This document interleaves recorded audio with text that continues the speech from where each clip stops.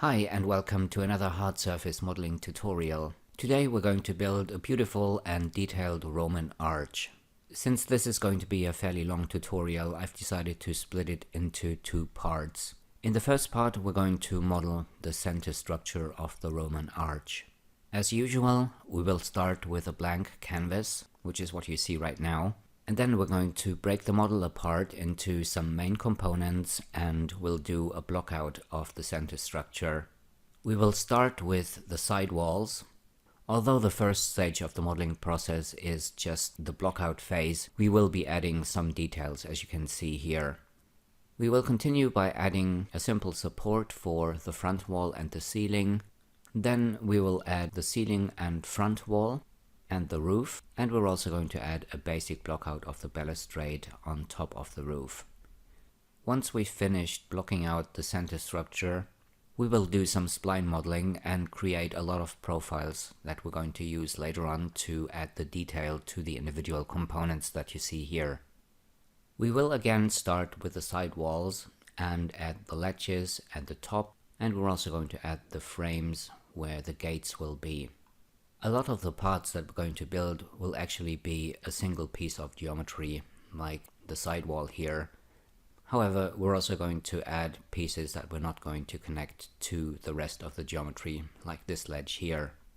Next, we will add the detail to the support for the front wall and the ceiling. And in this image here, you can see the finished front wall and ceiling. You can see we've added details at the front, but also on the inside, on the ceiling. We will continue by finalizing the roof. We're going to add details like these stone ornaments here. And finally, we're going to do the balustrade on the roof, and we're going to add balusters. And what you see here will be the final result of part 1 of this tutorial. If you want to follow along, you can download a project folder and you will find 2 project files in there. One is called the Roman Arch start file, and that file contains some reference images in the top, front and left views. And the other file is called profiles start file, and I've already put one image as a reference into that profile start file. And I've provided reference images of all the profiles we're going to create, and you can load them into the profile start file, or you can create separate files if you want to. As usual, you will find a link to that project file in the video description. The only plugin I will be using in this tutorial is the HB modeling bundle, and I will use only 2 scripts from that bundle. Pretty extensively though, and those 2 scripts are the HB even distribution script and HB solo. I hope you will enjoy this tutorial. So without further ado, let's jump into Cinema 4D and let's have some fun and model this Roman arch. We're going to start this model with the center structure of the Roman arch. If you open the Roman arch start file, you can see we have 3 reference images in the top, front and left views. First of all, I want to create some sort of block out for these shapes without any details. And when I say block out, I mean a little bit more than just putting some basic cubes into the scene. We are going to put a certain amount of detail into the block out, but what we're not going to do, at least for now, is we're not going to create all of the ledges and the details here at the front. We're going to keep that for later. When you start a model like this, it's always a good idea to have a basic idea of how you want to do the model. We can break this object up into several main pieces, and there's no need to model all of this as a single object. So what I'm going to do is I'm going to split this entire structure up into 4 or 5 main pieces. One will be the side walls, which basically go from here down to the bottom. Another part will be this piece here, which is the support for the front wall, that also will be the ceiling. And the third part is going to be what I'm trying to show you with the cursor here. That is the front wall and the ceiling. And then we have the roof on top of that. And we have the balustrade on top of the roof. So let's go ahead and create a cube. And I'm going to give it an additional segment in the z-axis. Hit C to make it editable. And I'm going to open Axis Center and move the axis to the bottom of the object. And let's go ahead and go to Character, Commands, Reset Position, Scale, Rotation to put this on the floor. I'm going to move this over to about here. That's it, T for scale, and I'm going to scale it in the x-axis like so. If you want to, you can use even numbers, but it's not really necessary. Let's do 160.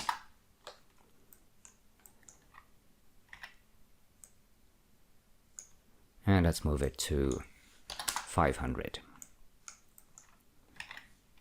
For now, I'm going to move these top 2 points, 4 points, 6 points rather, all the way to where the top of the sidewall will be, and that includes the ledges. So we'll keep it simple for now and do something like this. And let's go to the right view. Let's delete half of the object. Select these points and move them over to about here.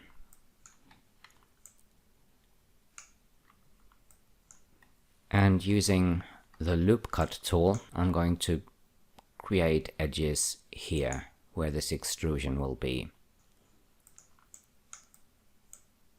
Now here at the front, what I'm going to do is switch to polygon mode, select these polygons here, hit D for extrude, and I'm going to extrude these over to here. And the part you see here will be the frame for the door or the gate on the sidewall. We don't need to worry about that for now. So now we can select the polygon here at the front and extrude this out to about here. And I'm going to select this polygon here, switch back to the front view, and extrude this one out to about here. Let's do 50 centimeters. Okay, something like this. And if you hit Ctrl B, you can go to the render settings. I've already switched on ambient occlusion so we can get some contact shadows. Right now we're not going to see too much. But that's the first details done. I'm also going to add the cutout for the gate or the doors. And before I do that, I'm going to put this in a symmetry object, and let's change the plane to XY and make this editable. And let's go back to the left view here. And I'm going to add a disk, put it to -X. Let's get rid of all the disk segments. And I'm going to move it up to here and then scale it so it matches the reference image. And again, there's no need to use even numbers, but we can if we want to. Let's do 235.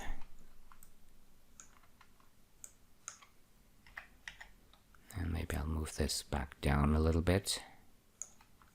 Okay, something like this. And I want to give this a lot more rotation segments.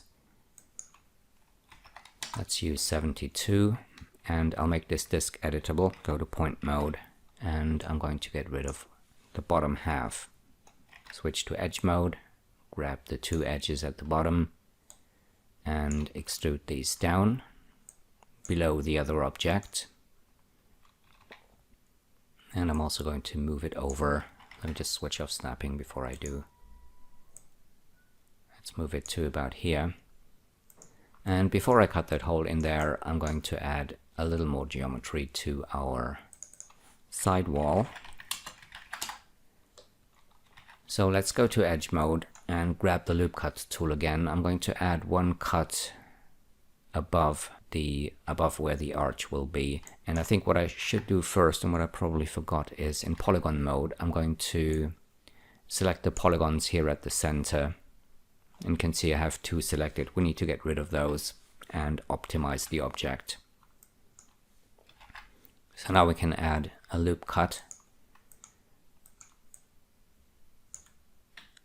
And I'm also going to select the edges here at the center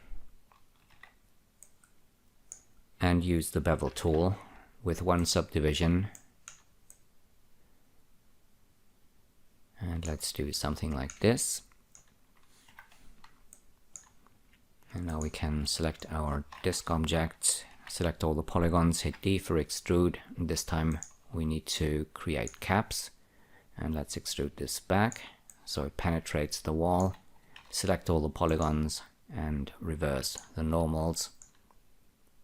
And then we can put this in a bool object, add the disk. And I'm going to keep the edges, but I'm going to create a single object. And let's make this editable.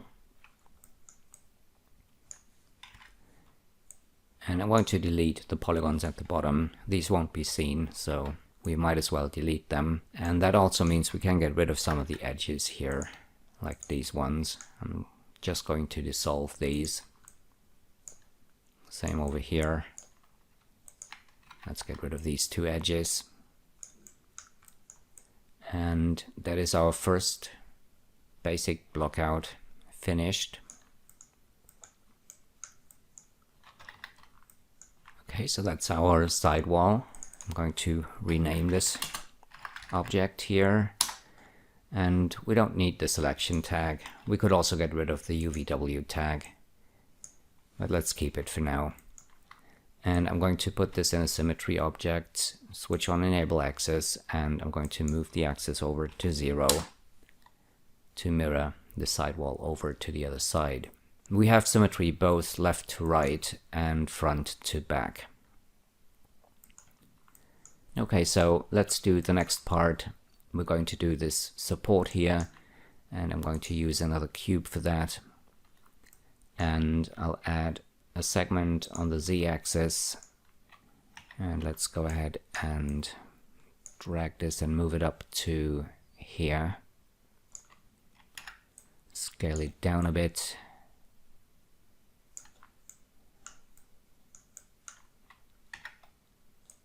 Move it up. And let's go ahead and make this editable. I'm going to use axis center again to move the axis to the bottom. And let's select these points and just move them to the top of the object here. So let's see, how high is this? 116. Let's do 115. And let's do 125 for the width.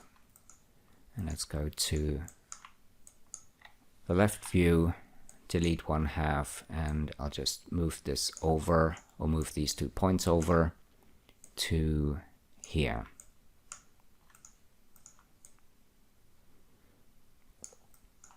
And that's pretty much all we need to do for this object. Let's go ahead and put this in a symmetry object, change the mirror plane to XY. I'll make this editable. And this will be our front wall / ceiling support. And we can get rid of the edges here at the center by dissolving them. Let's put this in another symmetry object, move the object axis to 0 on the x-axis. And I'll just rename the symmetry object as well. Okay, so that's our second object here. And next I'm going to add the ceiling, or the front wall, which will also be the ceiling on the inside here. And I think I'm going to start with a simple cube again. Let's go ahead and move this up. And for this one, I want an additional segment on the x-axis and on the z-axis. Let's convert this to actual geometry, move the axis down, and I'm going to switch on snapping. And you can see here I have vertex snap, edge snap, and midpoint snap selected. I'm also going to activate guide snap. And now we can use axis extension to move the object and line it up with the top of this part here. So let's switch to the move tool, hold down Control, right click, let go of the Control key. I'm going to snap to here and then left click and snap this white line to the top of the support here. Let's go ahead and scale our cube. And for now, I'll scale it to about here. Let's go to point mode and select the points at the top. I'm going to move these up to,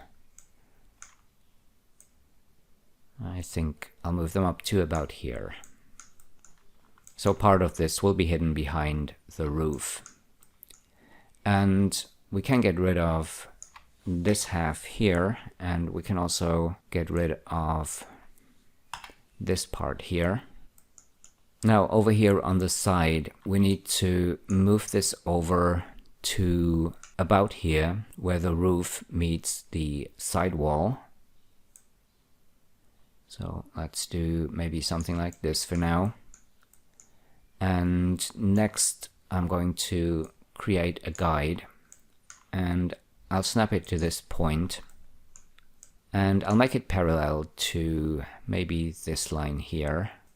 Switch to the move tool and go back to model mode, and let's do 20 degrees. And then we can select our, let's rename this to front wall / ceiling.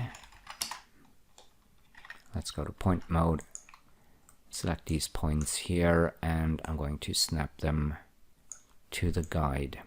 And actually we need to move these down a little bit further to here and snap them to the top of the side wall. Let's go ahead and grab that guide. I'm going to snap it to here. And let's select our front wall again. And I'll snap these points to the guide. And we can hide this again. Okay, so let's go to the side view. Select these points here, switch off snapping. And I'm going to move these over. And I'm going to snap these to this line here.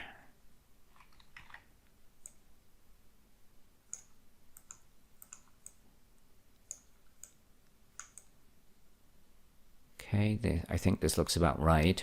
Now you can see we have a lot of intersecting geometry, and back here it actually doesn't really matter, but here at the front it does. This part here is actually sitting on the side wall, and in order to make that possible, I'm going to select the side wall here, and I'm going to grab all of these points here. And we could just move these down a bit and snap them to here.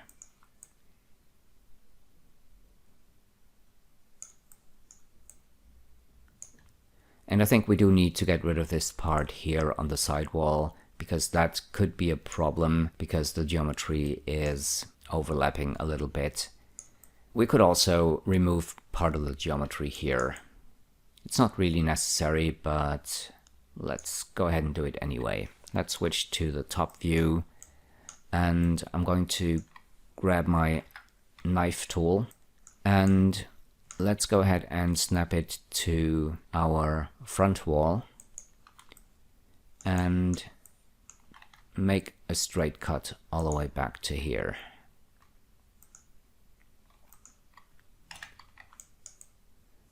And for now, we can get rid of half of the object again. Let's do this in the left view. Just want to make sure that I grab all of the points. Okay, let's delete that.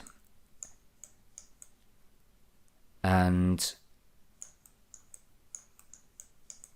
I'm going to solo this object. You can do that using the Cinema 4D solo option. I prefer to use a script from the HB modeling bundle, which is called HB Solo. And I have this mapped to a shortcut. And if I go back to model mode with the object selected, I can hit that shortcut and solo this object here. Let's go to polygon mode, and I'm going to select these polygons here and just delete them. This one as well. And let's go ahead and optimize the object. And in edge mode, I'm going to select these edges here and extrude them down. Switch on snapping, and let's snap these. Maybe we should switch off the symmetry object, because that seems to be a problem when trying to snap edges or points. Okay, and now we can use the polygon pen tool. Hold down the control key, left click and drag. I'm going to create a polygon here, and use the ring selection tool to select these edges. Use connect points edges to create an edge loop here. I'm going to select these edges, and I'll use axis extension to line the edges up with this point here. So make sure to switch to the move tool. You can see that snapping is already switched on, and let's see. And let's snap these edges to this point like I just did. And now we can use the polygon pen again and create a polygon here and another one here. I just unsolo everything. And now we've created a cutout to fit in that piece here. I'm not going to bother to do that for the support, because as you can see here in the reference image, we have all of this detail later on. There's no point in creating all of that geometry on the sidewall. We're just going to have this, intersect the sidewall, and that's perfectly fine. You don't need to combine everything into a single object or create cutouts to make sure that everything fits together perfectly. So this is going to be good enough, I think. Let's grab the sidewall and add a symmetry object, and I'm going to change the mirror plane to XY. Let's make this editable.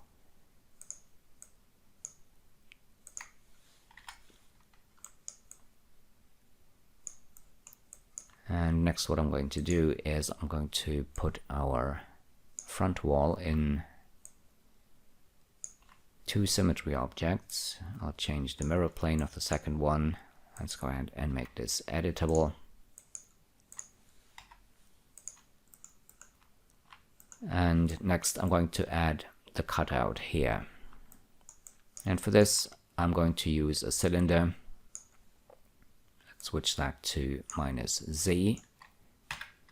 Let's move this up and snap it to this line here. Switch off snapping, and then just scale that cylinder to about here. And I'll use an even number for the radius here. And I think I'll actually make this a little bit smaller. You can see we have these ledges here, and I want to make sure that this geometry doesn't intersect with this one over here later on. So let's go ahead and make this a little bit smaller. I'll do 410, and that should be fine. And I'm going to add more detail to this. I'm going to multiply 36 by 3 and give it 108 rotation segments. And then we can put the front wall in a bool object and add the cylinder. And I'm going to create a single object again. We can keep the edges as they are. And before I make this editable, I'm going to rename it.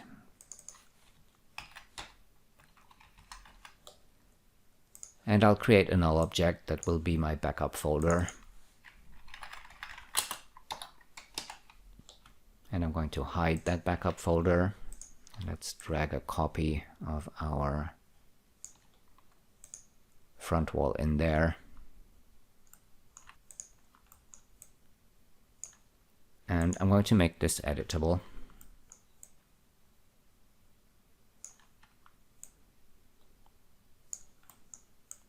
And you can see we have some additional edges here.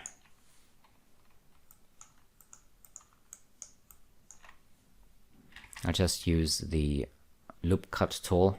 Actually, let's use the plane cut tool. Switch it to world. And I'm going to snap it to this line and make a cut. And then we can get rid of the back half.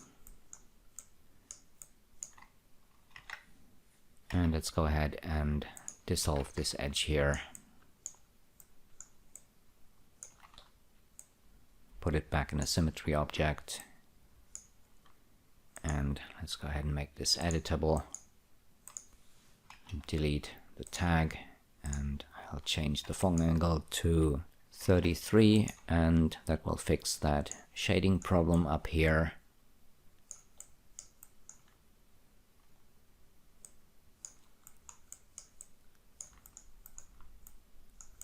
Okay, and that's this part done.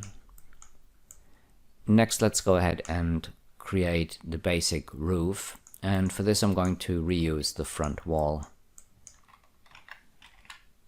And I'm going to select these 4 polygons and I'm going to split these off.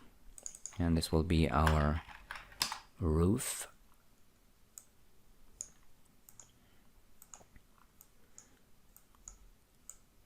And you can see the roof goes all the way up to over here.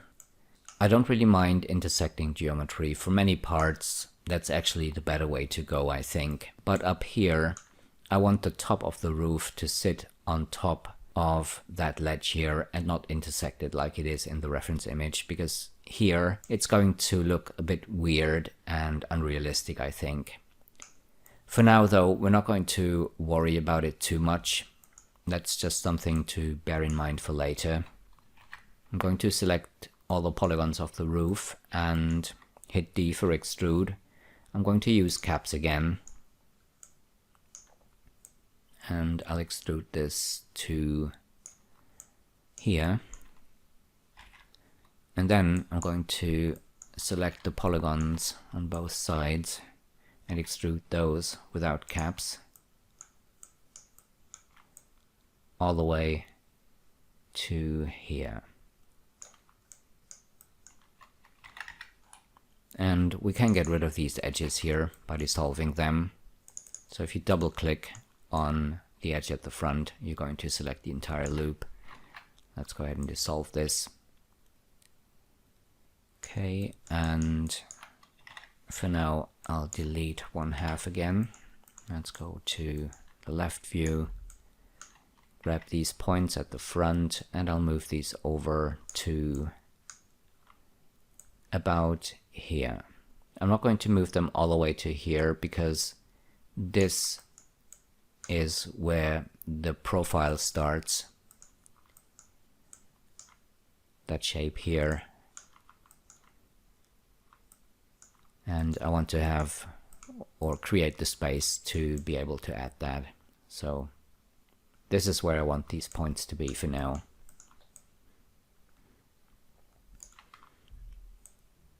Let's use another symmetry object to mirror this over, and I'll make it editable.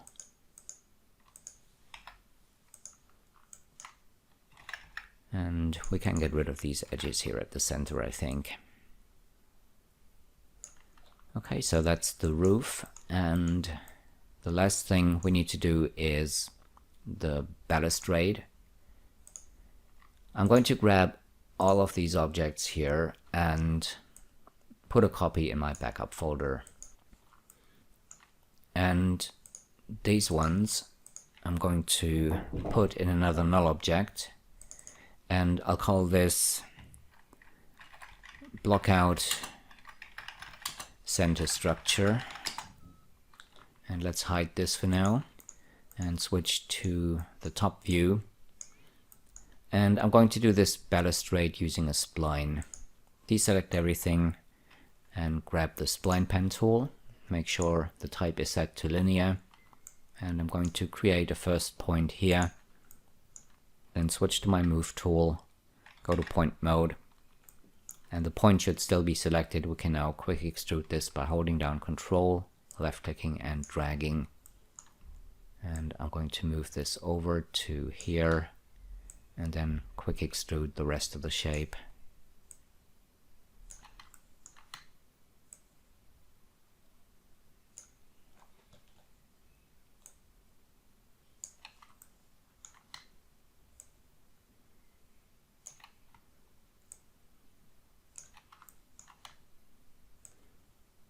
And we can stop here at the center of the grid.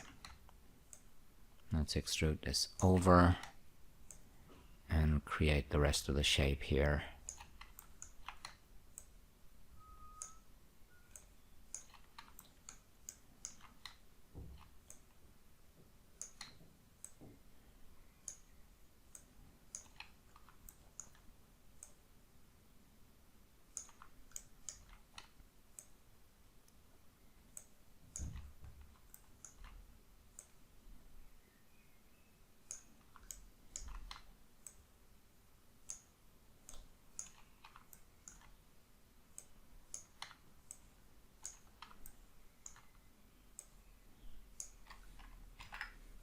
Next I'm going to select these 2 points and scale them down to 0. Let's grab our spline and close the shape.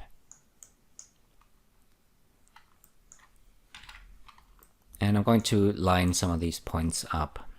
Let's go ahead and select these ones here. Scale these down.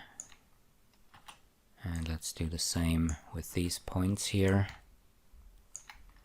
And these ones. And these ones. And now what we can do is make sure that everything has an even width. I'm going to select these points here, and you can see these are 70. And I think I'll make these a little bit wider. Let's do maybe 72. And I think that's a little closer to what we have in the reference image. And I'll do the same here. Just change the size on the x-axis to 72.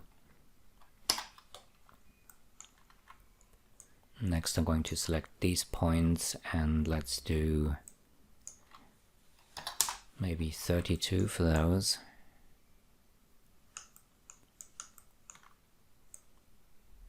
Same here.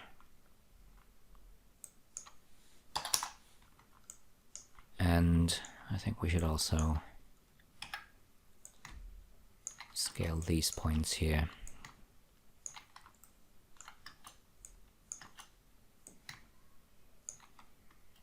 And these ones I'm going to move to 0 on the z-axis so we can mirror this object over later.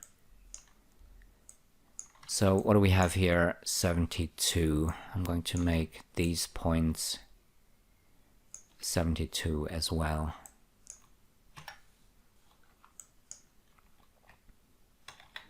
And now we can switch to model mode, and I'll just move this spline up to the top of the balustrade here.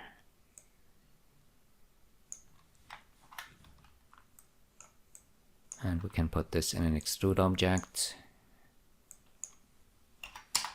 And we need to extrude this down a little bit. Let's switch on our block out.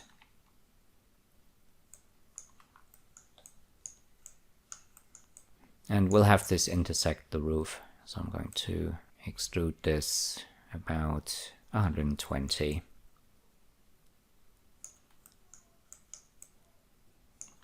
And if you want to, you can create a backup copy of this. I'm going to make this editable. Switch to polygon mode. Delete the polygon here. And then use a symmetry object. And let's use 2. Switch the mirror plane of the second one. And let's make this editable. And I forgot to create a single object. You can see when I made the extrude object editable, we got 3 objects, 1 for the main body and 2 for the caps. I'll just go ahead and select them, right click and use connect objects entity to combine these. Let's get rid of these tags here. And I'm also going to optimize this object. Rename it to balustrade. And if I solo this, you can see that I'm selecting the edges here and I'm going to dissolve these. Okay, so that is our basic blockout finished. And the next thing we're going to do is, let me put this into the blockout null object here. The next thing we're going to do is we're going to create all the profiles. And there's a total of 10, I think. And once we've created those, we're going to combine them with the objects that we blocked out. So let's move on to the next part and create those profiles. I have opened a new file and saved it under Roman Arch Profile Splines. And this is the file we're going to use to create all of our profile shapes. First thing we're going to do is we're going to add our first reference image. So let's switch to the front view and let's go to Options, Configure, or hit Shift V. So let's click on this button and you need to navigate to the folder where you saved the project files that contain all of the reference images. We have a total of 10 profiles that we need to create. So let's double click on number 1, which is the side roof spline. And there we go. Right now we don't need to worry about the position or size of the reference image. This is all about creating the basic shape. I've rendered these images in HD, but you can see here in the viewport settings that the default size is 800 by 450, and that's going to be enough. It's still going to be way too big, but that doesn't matter. Like I said, the main idea is to get a nice image that helps us to create those shapes for the profiles. I have also rendered these with an alpha channel, and we can change the alpha mode here on the back tab. Let's go ahead and switch that to normal, and let's crank up the transparency quite a bit. We're going to create these profiles using the spline pen tool. So let's go ahead and grab the spline pen. Mine is set to linear by default, and that is the type that we're going to use to draw the basic shape of the splines. By default, the type is Bezier, so you need to switch that to linear. Most of the time when I draw spline shapes like this one, I'm not worried about curves or anything. The first thing I do is I draw a basic outline and add details like curves later on. And if you've watched some of my other tutorials, you already know how I'm going to draw these splines. I'm not going to create the points by just left clicking. And one of the reasons is because no matter what you do, these points will not be lined up. And I don't want to have to line those up manually after I've drawn the spline. So what I tend to do is I create a single point, then switch to the move tool, and now I can use quick extrude to create more points. And when using quick extrude, we don't need to worry about lining points up, because if I hold down Control, left click and drag, I will create a new point and it will be perfectly aligned with the first one. So let's go ahead and move this over. to about here. We don't need to worry about being too exact. And if you want to, you can create your own shapes.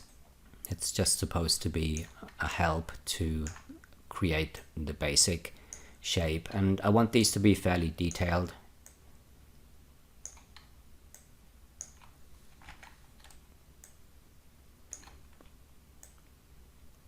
So I've added a lot of nooks and crannies.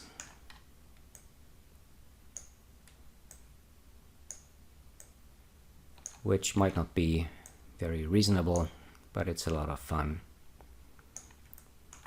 And you can see I'm lining some of these points up with the reference image. You can just left click in the viewport and drag to move that point around. And like I said before, I'm not going to worry about these curved sections right now. Right now I will only create the minimum of points necessary to be able to create those curved shapes later. So let's go ahead and quick extrude again. And you can see that for some reason it doesn't seem to work. I'm not sure why. I'm assuming that it's because the axis is intersecting the spline or is on the spline. So if I hold down Control, left click and drag, now it's working, but sometimes it isn't. And if it isn't, what you can do is, instead of holding the Control key and left clicking and dragging, just left click on the axis, start moving the point, and then hold down the Control key. And this will move the point back to its original position and extrude another point here. And I'll just move this over to about here. And then I'll continue quick extruding.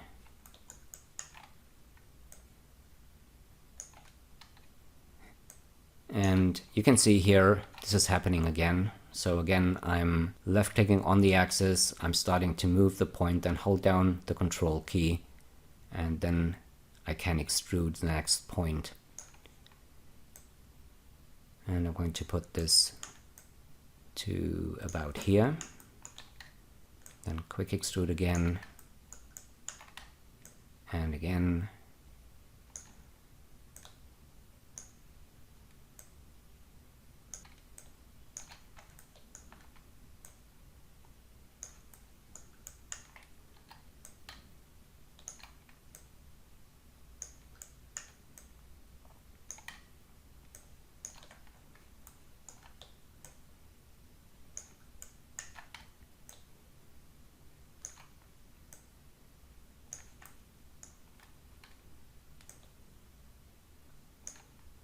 And this point, I think I'm going to move to maybe about here.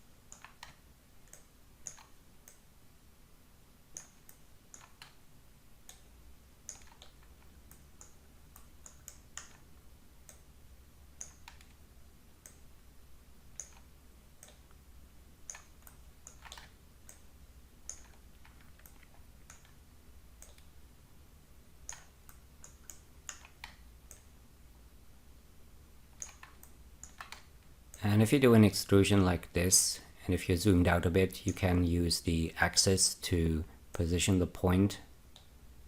So I'll move it to about here, and then I just can move it over to here.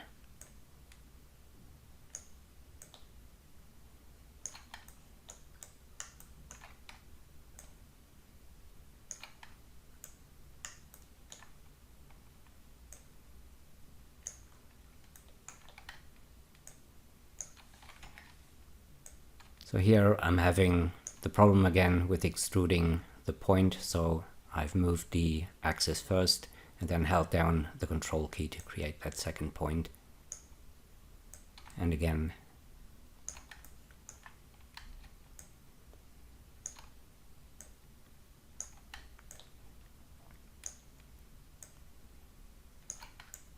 And once we've created this first shape, you can probably do the other 9 ones yourself. But I'm not going to cut the video. Everything's going to be in there, and if you want to, you can just skip to the next section.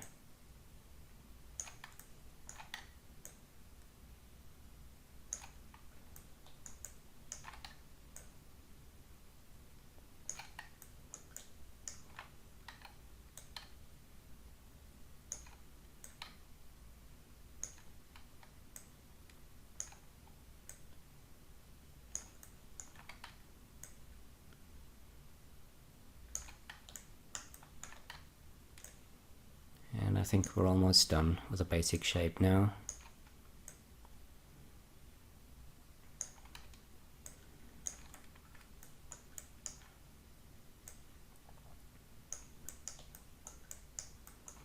So now we can select these 2 points. I'll just use the scale tool to scale them down to 0.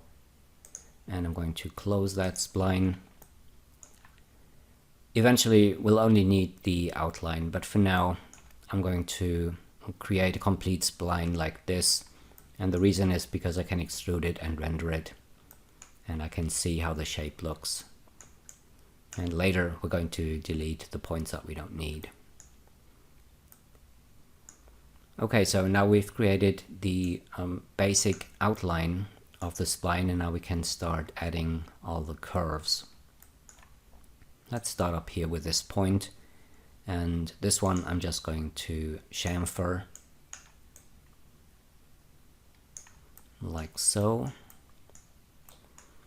And if these curves are shallow like this one, instead of changing this point and this point to soft interpolation, what I'll do is I'll just select these 2 points, right click and subdivide, and this will create a new point here, and we can move this over to about here, then right click, set it to soft interpolation, switch to the scale tool, and just left click and drag to scale this point to get the shape.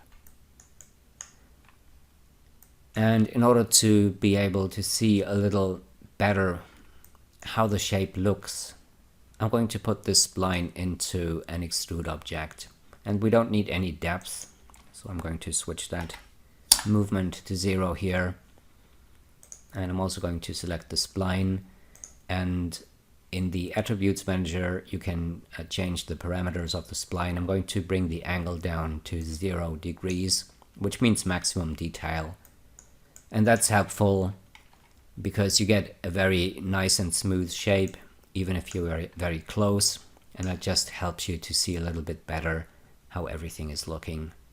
Eventually we're not going to use that resolution, but as long as we're still tweaking and changing the shape, it's really helpful to get a smooth render.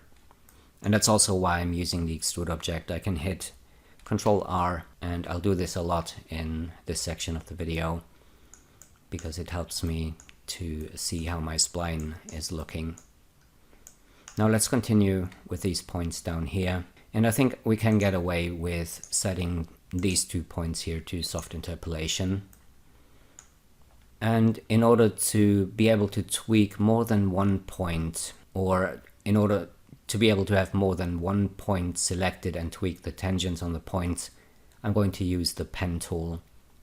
You can also tweak the tangents of points with the scale or a move tool selected. But you can see if I have 2 points selected, like right now, and I try to hold down the shift key and break the tangent or the tangents on this one, I don't really have a lot of control over what is happening.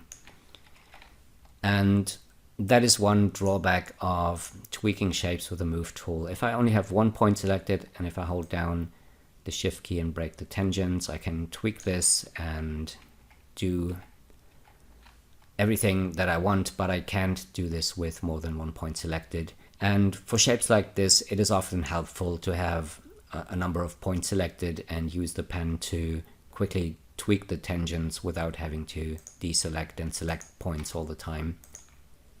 So I'm switching to my pen tool again. I have a shortcut for that. And we can start tweaking these tangents here. Let's start with this one. And you can see if I left click and drag, I'm moving both tangents. I can now hold down the shift key to break the tangent. And once I've done that, I don't need to hold the shift key down again. I can simply left click on the tangent and move it. Same here. And on this point down here, I'm again moving both tangents, so I'm holding down shift to break the tangents, and now I can tweak this tangent, and the next time I try to do that I don't need to hold down the shift key again. So let's try and get the shape right here.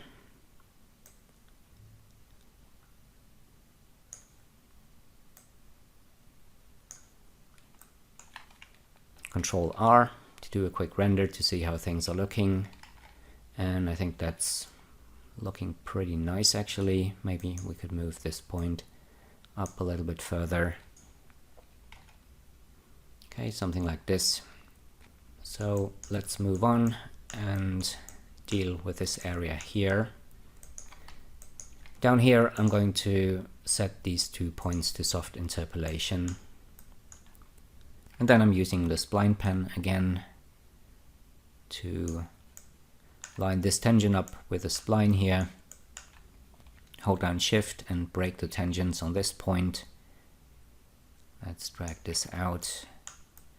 And we don't really need this tangent here. So what I'll do is I'll switch to my move tool and I can double click on a point, and this will open this values and tangents window.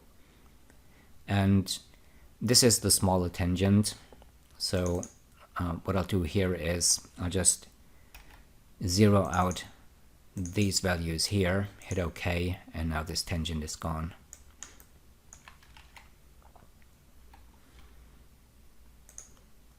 And I think I'm going to scale this point up a little bit, do something like this maybe. Select this point and tweak the tangent here a little bit. Scale this one a little bit more. Okay, and I think that looks fine. So let's move on to this area here. And this curve is a little bit too deep, so I'm not just going to add a point at the center and scale it. We could try that, but it's probably not going to work as well as it did before. So I'll just set these 2 points to soft interpolation. And when we do that, we get the 2 tangents and they both have the same length. And in this case, like before, I want to get rid of one of the tangents.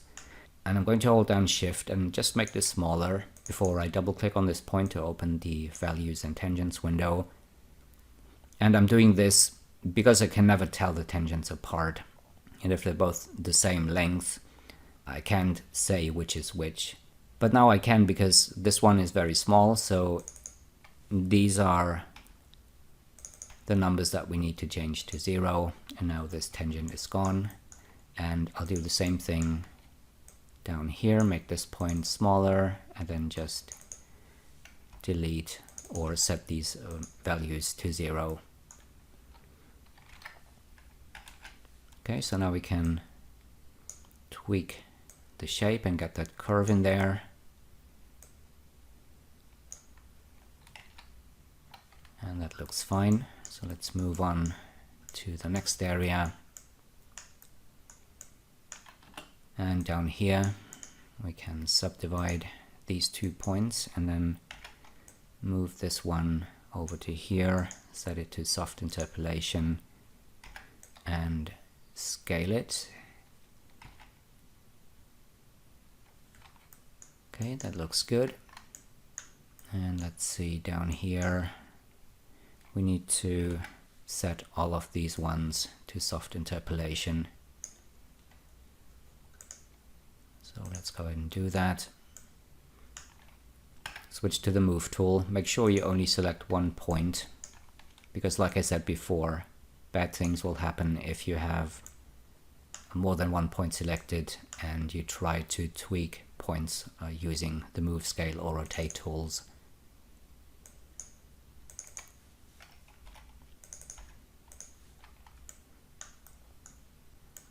And down here, same thing.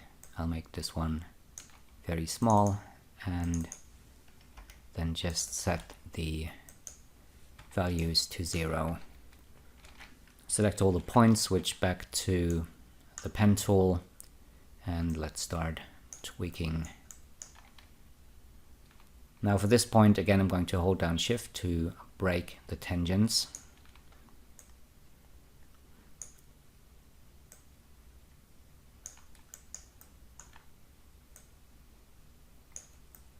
And one thing I found helpful when creating these shapes is if you have a curve like this, it does help a little bit to get a smoother curves if the tangents on either side are about the same length.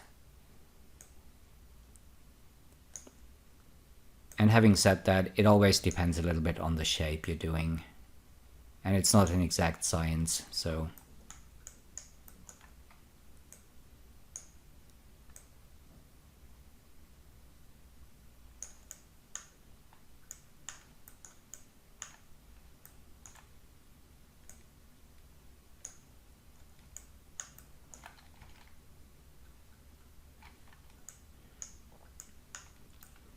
okay, and I think that looks fine, more or less.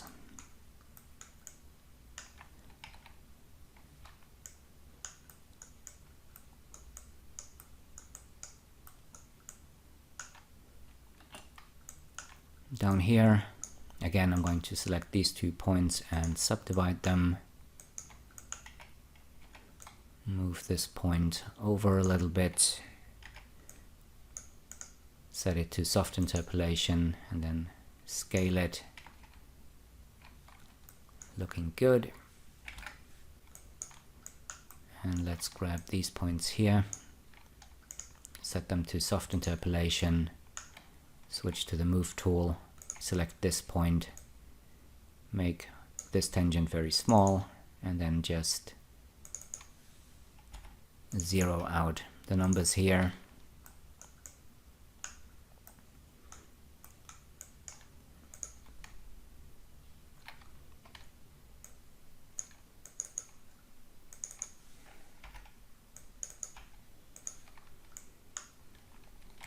And again, selecting all the points, switching to the spline pen tool, and I can start tweaking those curves.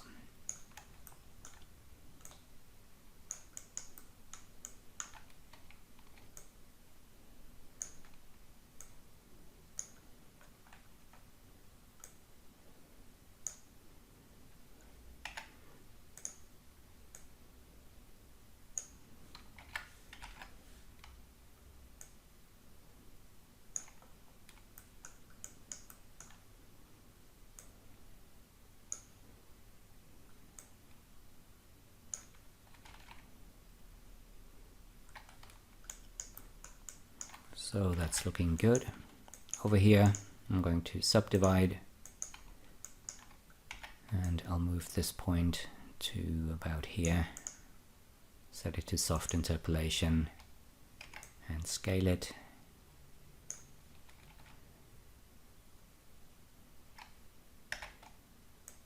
Maybe let's move this over a little bit.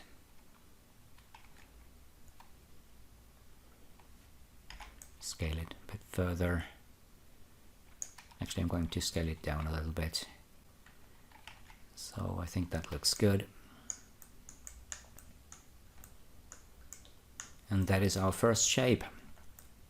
Let me just check what the name was. So this is our side roof spline. I'm going to name it. Drag it out of the extrude object, and I'm going to hide it for now. Shift V to go back to the viewport settings, and I'm going to load the next reference image, which is side roof ceiling inset spline.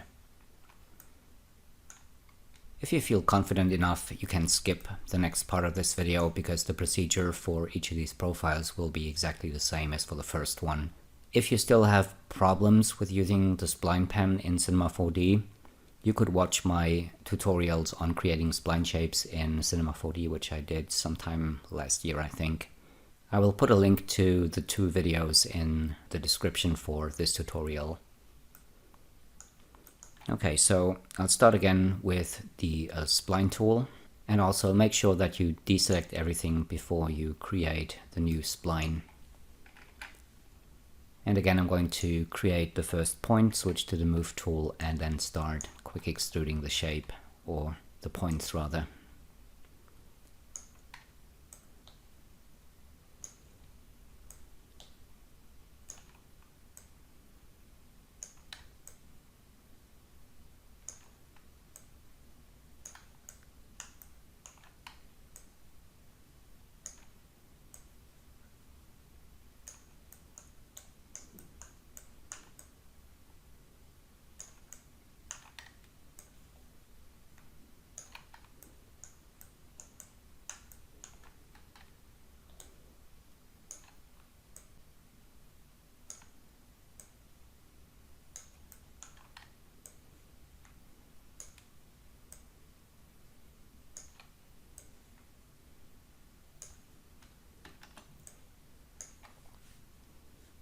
I'm going to scale these points down to 0,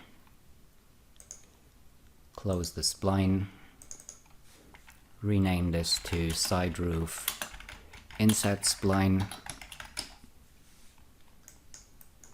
I'll change the resolution to maximum and put this in the extrude object. And now we can start getting those curved sections in there.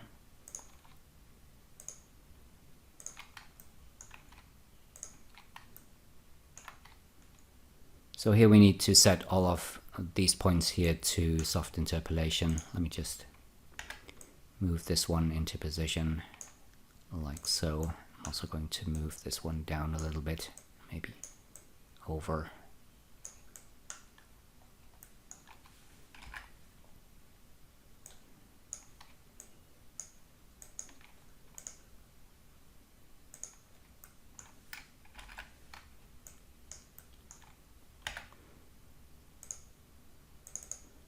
I'll double click on this point here and change the y-axis to 0, which will make it perfectly flat.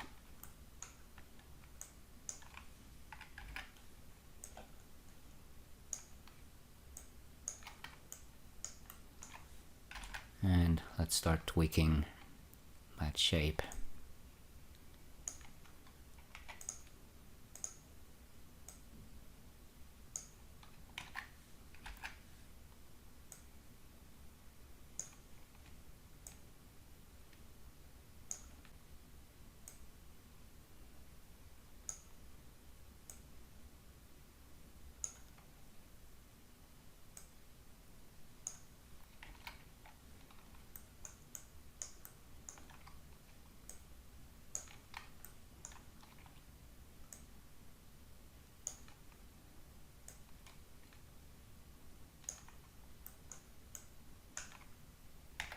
And down here, I'm going to remove the smaller tangents.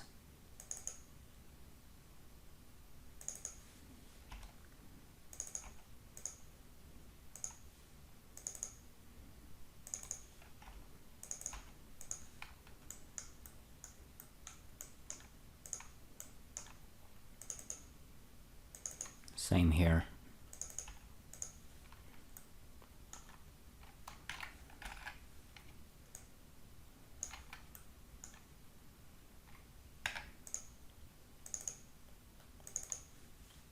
And here I'm going to change the X values to 0 to make it vertical, and we can just scale this point. And for this one I'm going to keep both tangents, and the reason is because it often makes a softer and smoother transition from a curve into a straight section.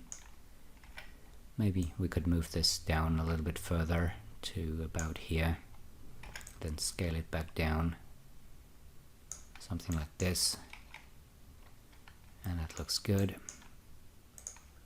And on this one I'm going to zero out these numbers here, and that's it. That's our second profile shape.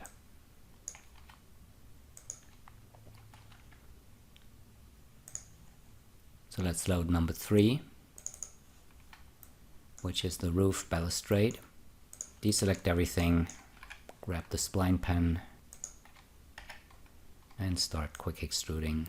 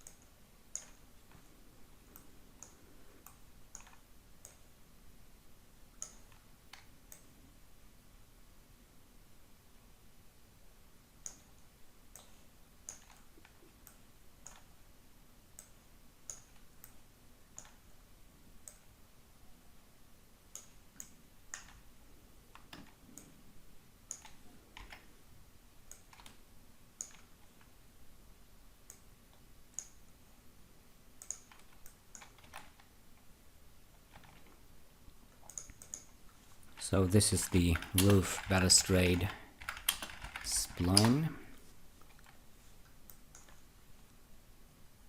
Let's increase the detail, put it in the extrude object, and let's get those curves in there.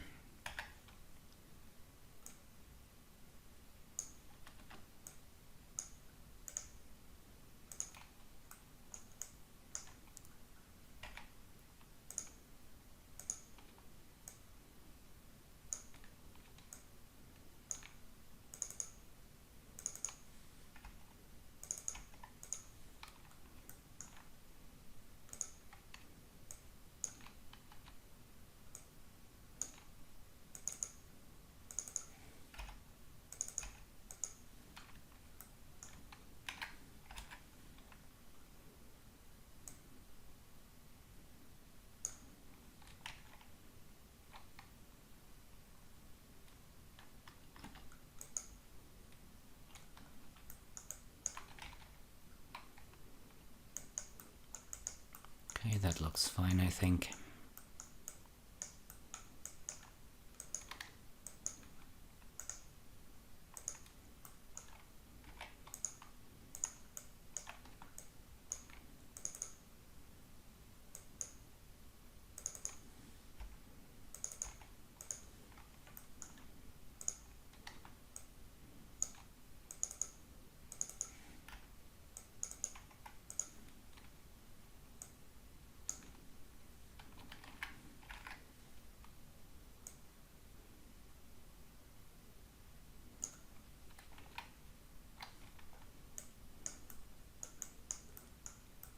Okay, looking good.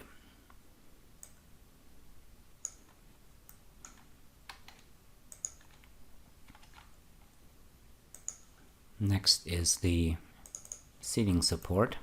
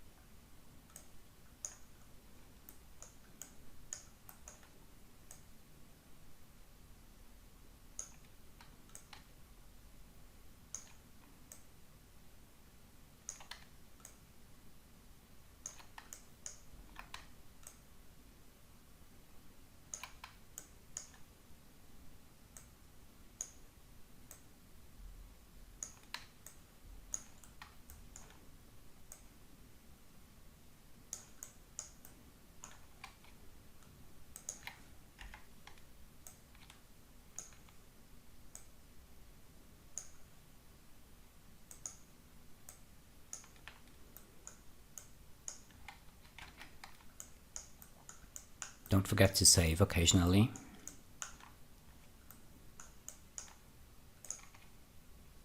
Now for this one, I am going to set both of these to soft interpolation, because we're going to need soft interpolation for this one anyway. Or maybe we could just try and set these 2 points to soft interpolation.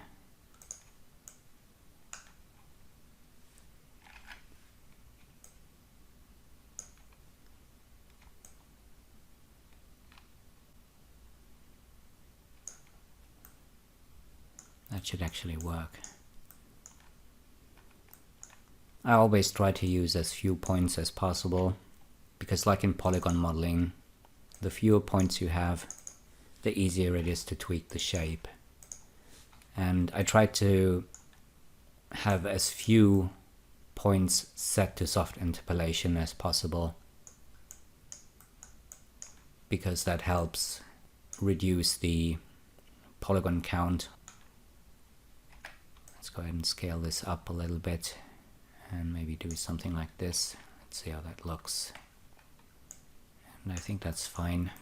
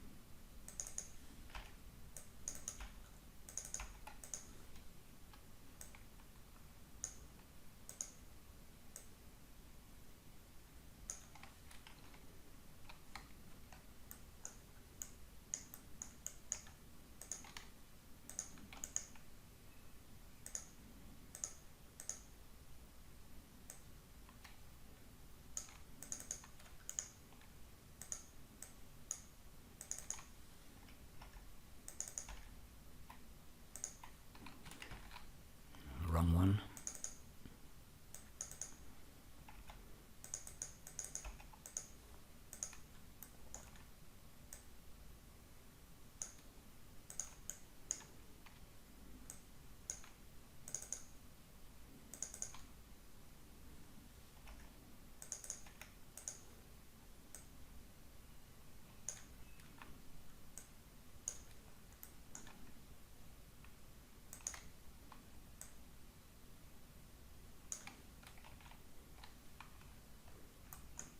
Okay, looking good.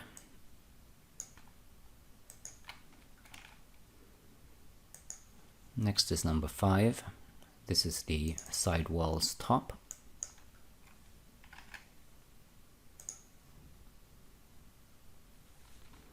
Let me undo that.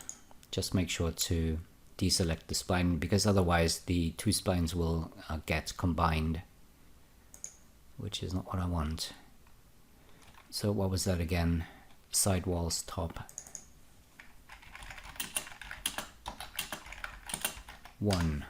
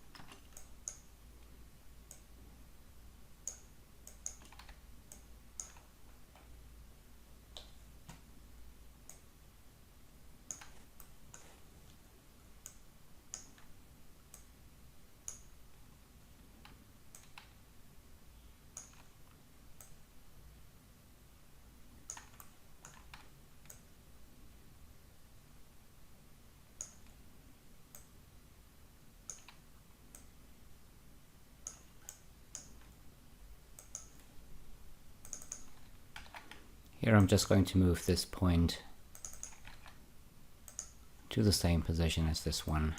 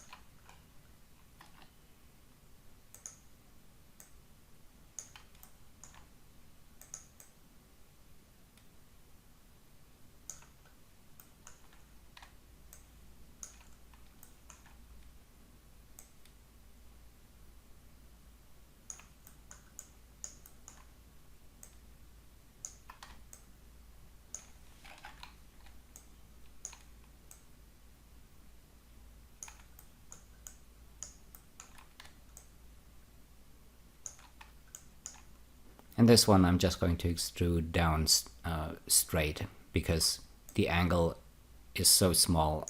That is a detail that nobody will really see.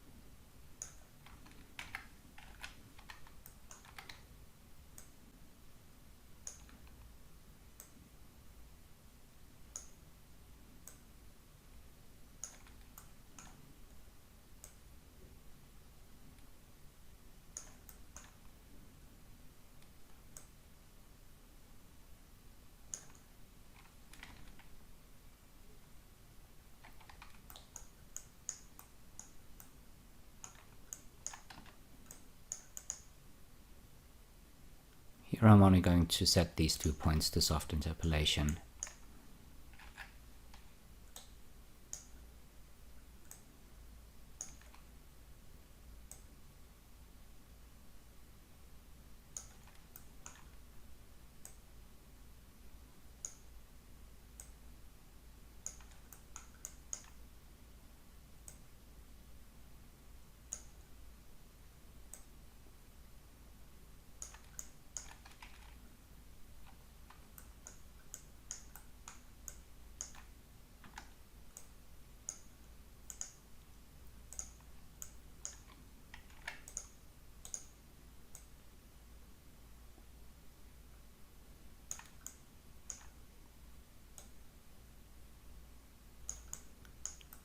And on this point here, I'm going to keep the second tangent. And I've mentioned it before, in this case, it's probably going to help to get a smoother transition from this curve into this straight section here.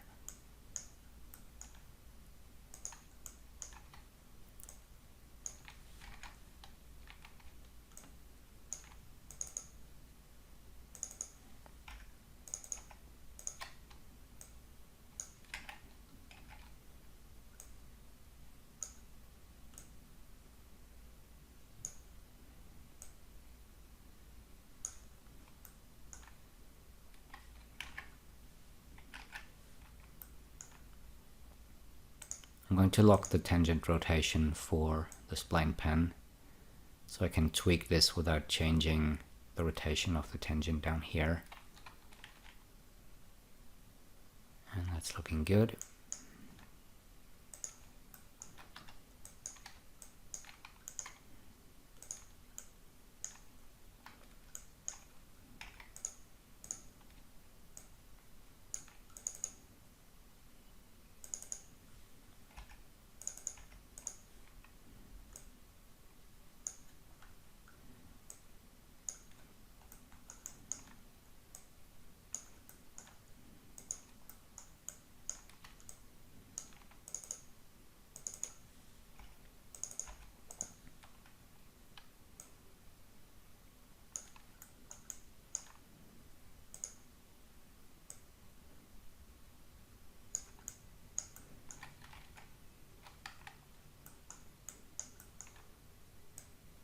Okay, so that's another one finished.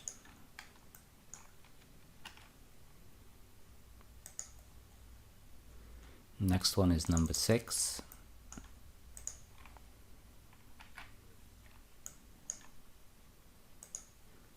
And this is the sidewall top 2.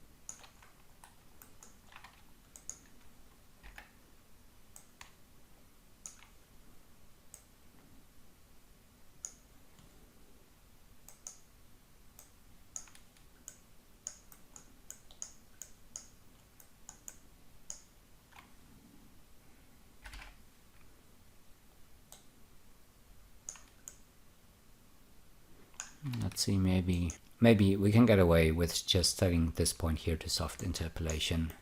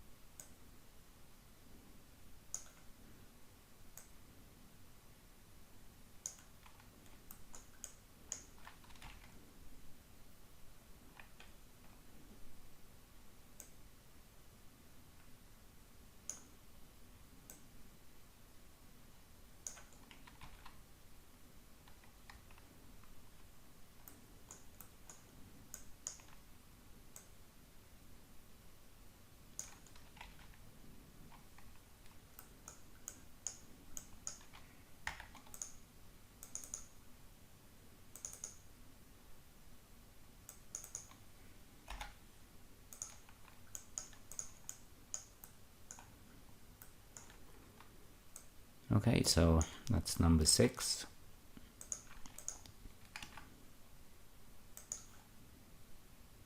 Next is number 7,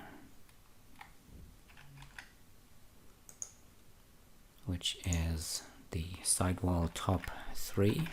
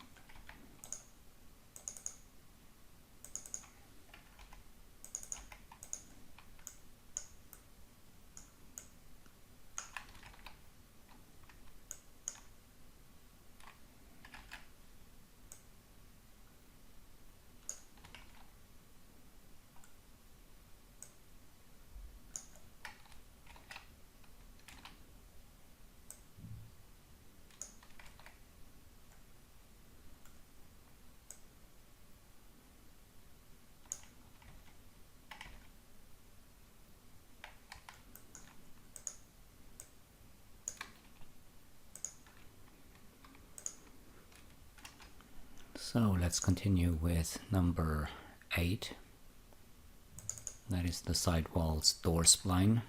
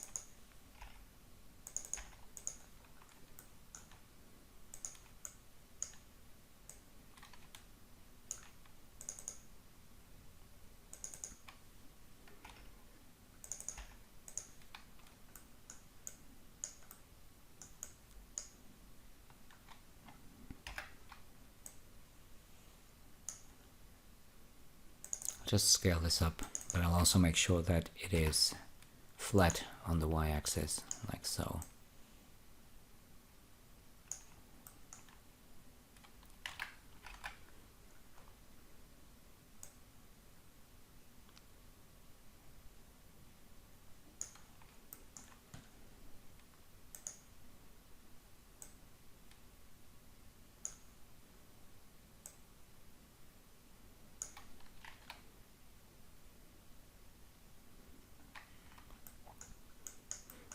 And here, arguably, you could add a third point at the peak of this curve here, but it actually looks fine with just 2 points. I think I'll just keep it like that.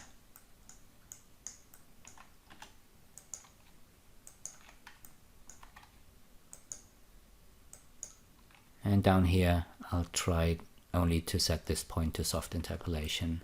We'll see how that works.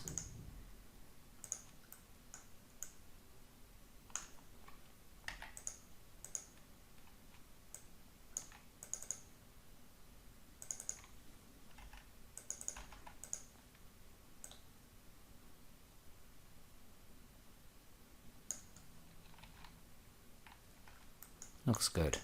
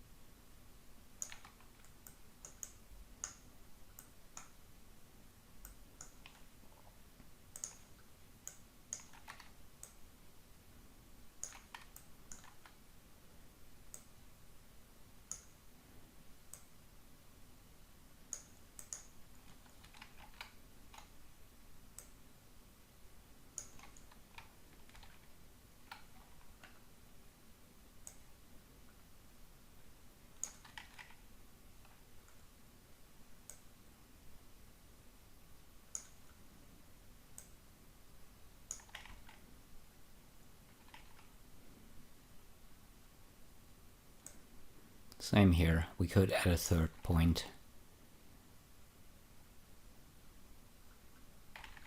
but but I think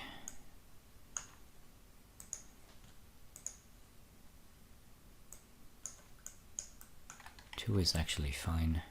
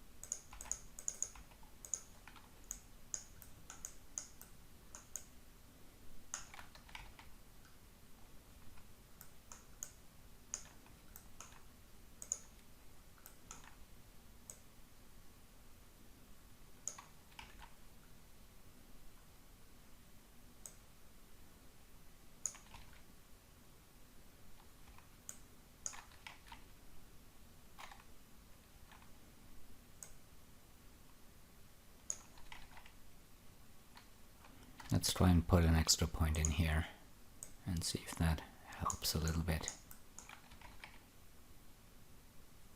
Yeah, I think it does.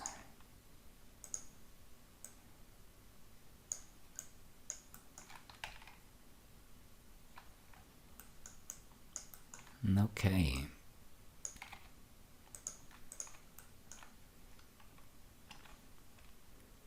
So that was the side wall door. Two more to go. The next one is the front wall and ceiling.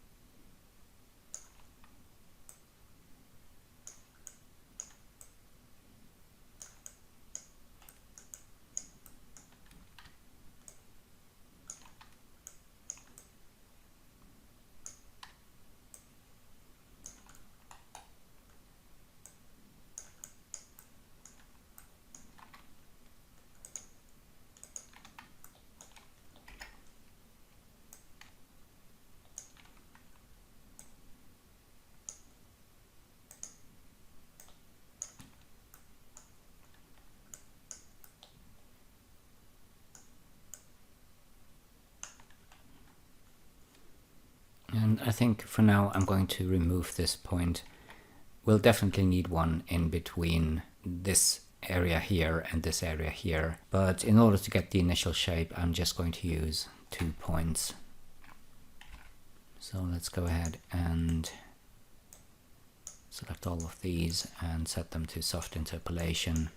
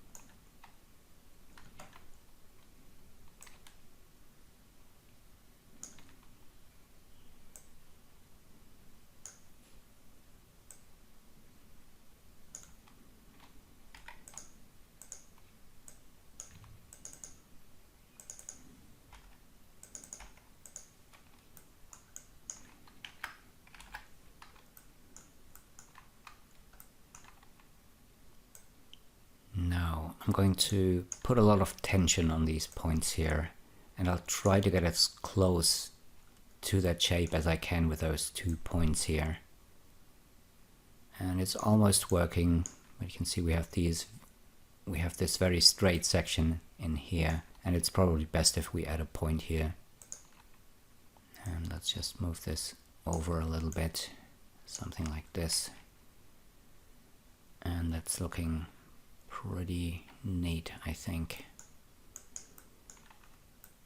So I'm going to stick with it, and that is our finished front wall and ceiling spline. And the last one is the roof.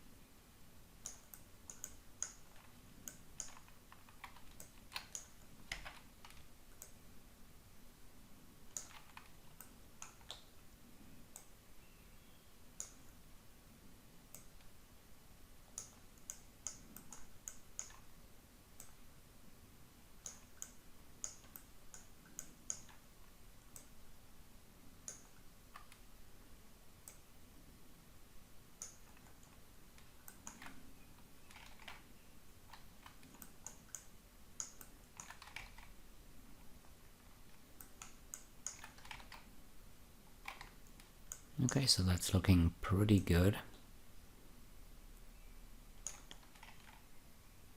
And that was our last profile spline. So now that we've got all the spline profiles that we need, we can continue and add those profiles to the geometry of our blockout. Before I do anything else, I'm going to clean up my scene a little bit. I'm going to put that guide into the backup object, and I'm going to group everything that's already in there and rename that to blockout center structure 01. And I'll make another backup of this null object, which is going to be my blockout structure 2.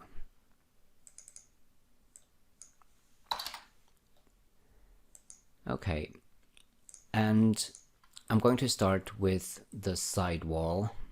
So I'm going to drag this out of this null object, hide everything else, and I'm going to drag the sidewall out of this symmetry object. Let's go to our spline profile file here, and I'm going to start with the sidewall, like I said. So I'm going to copy all the sidewall splines and paste them to my other file here. Let's go ahead and move these over a little bit, and let's start with the sidewall's door. And what I'll do first of all is I'll rotate that spline 90 degrees this way and 180 degrees this way. Switch on enable axis and zero out the axis position here. Let's go back to the move tool. I'll switch on snapping and I'll move the axis and snap it to this corner here. Switch off enable axis and I'm going to snap the spline to here.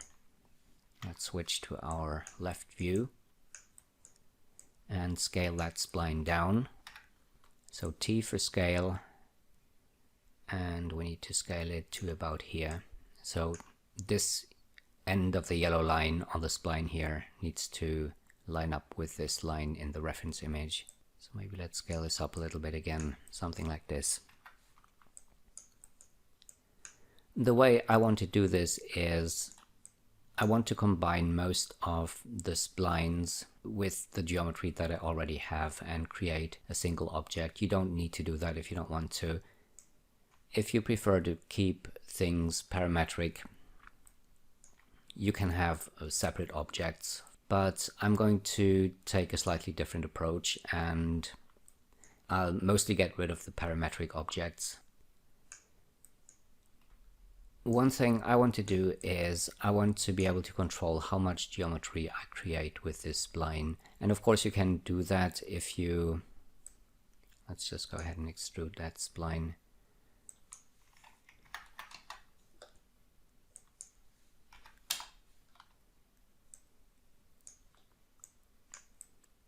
You can see right now we have an awful lot of geometry, and that's because when I created this spline I switched the angle to 0, which is maximum detail.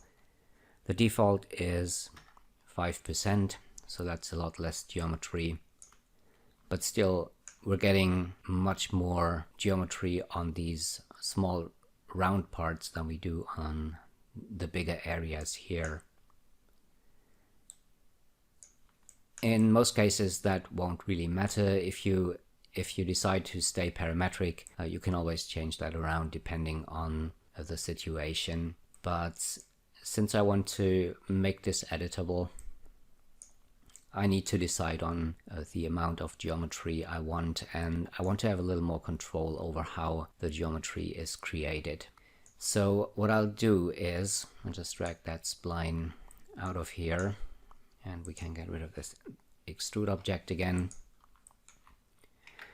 Let's switch to point mode, and it doesn't really matter what angle the spline has because of what I'm going to do to the spline. You'll see what I mean in a second.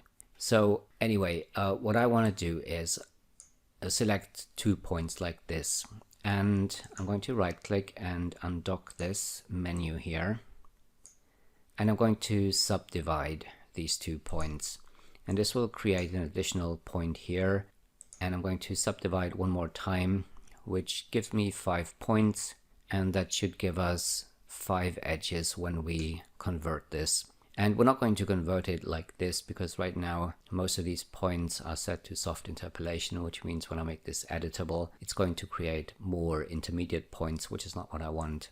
So eventually we're going to turn all of these points to hard interpolation and get the exact count of points or polygons that we want for the polygonal object later. So I think 5 points should be enough for this section here. And I'm going to select these 2 points now, and I'm going to subdivide these. And I think we might need a little more geometry here. So I'm going to subdivide again, and you can see we're getting 9 points here. And I'll do the same here.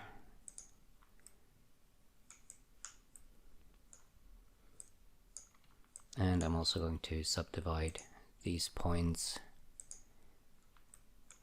So again, we have 9 points now. And now what we need to do is select all the points and set them to hard interpolation. And doing it like this lets me control what is going on with the geometry a little bit better. It's not the fastest approach, and maybe for some of you it'll not be the most desirable approach because a lot of people like to stay parametric. But like I said, you can do that if you want to. So now that I've got this, let me close this. I can use an extrude object, and I'll just extrude with no movement, which means I'm getting a flat object here. And I'll make this extrude object editable. And then I'm going to use my favorite script from the HB modeling bundle, which is called HB even distribution, to even out the geometry. So I'm going to select these edges here and use the script, and when I hover my mouse over this icon here, you can see the shortcut in the third line that I'm using for this. So okay, and I'm going to select these edges here and run that script again, and I'll do this for all of these areas here.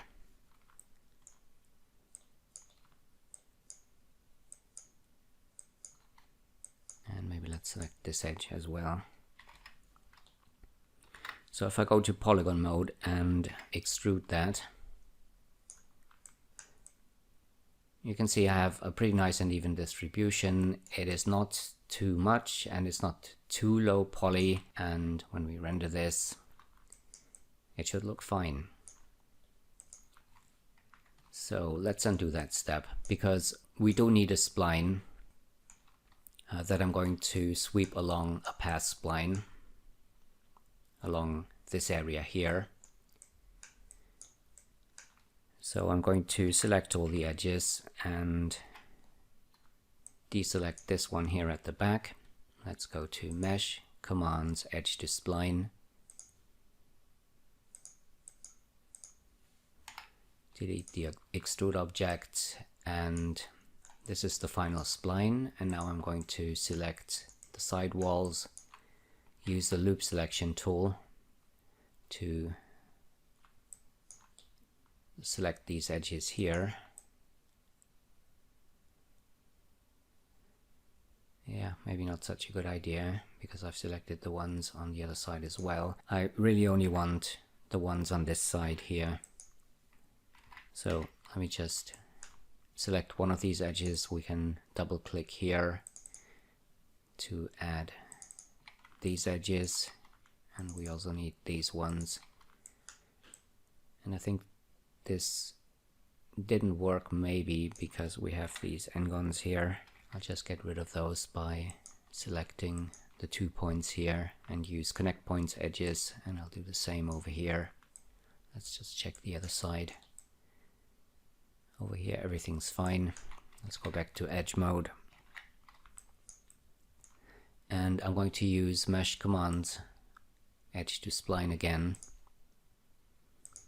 So this will be our path spline. And this is our profile spline.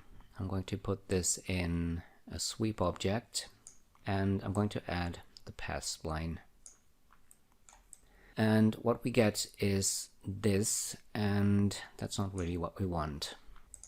So let's see if we can fix that. I'm going to select the profile spline here, switch to model mode, switch on the object axis, and use the rotate tool. And then it's just a matter of playing around and figuring out how we need to rotate this. I think 90 degrees this way, and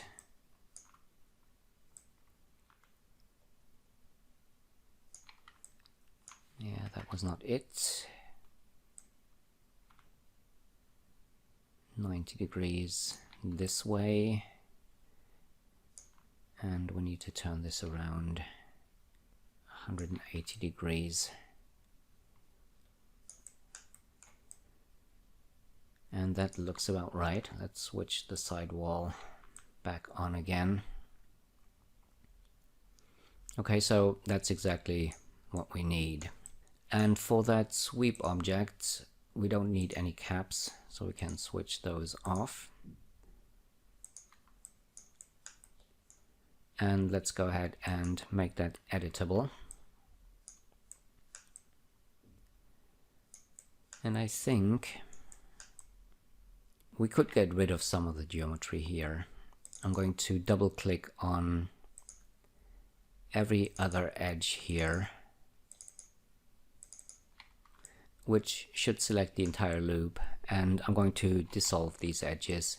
So that will reduce the polygon count a little bit, and if you render this, it should still look pretty nice.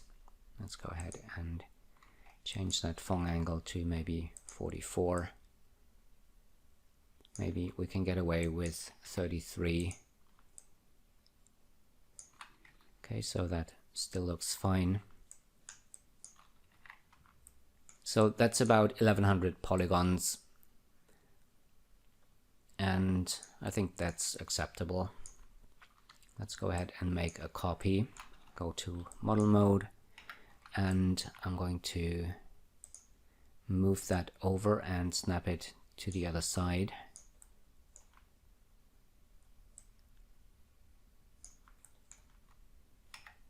And we need to rotate this 180 degrees.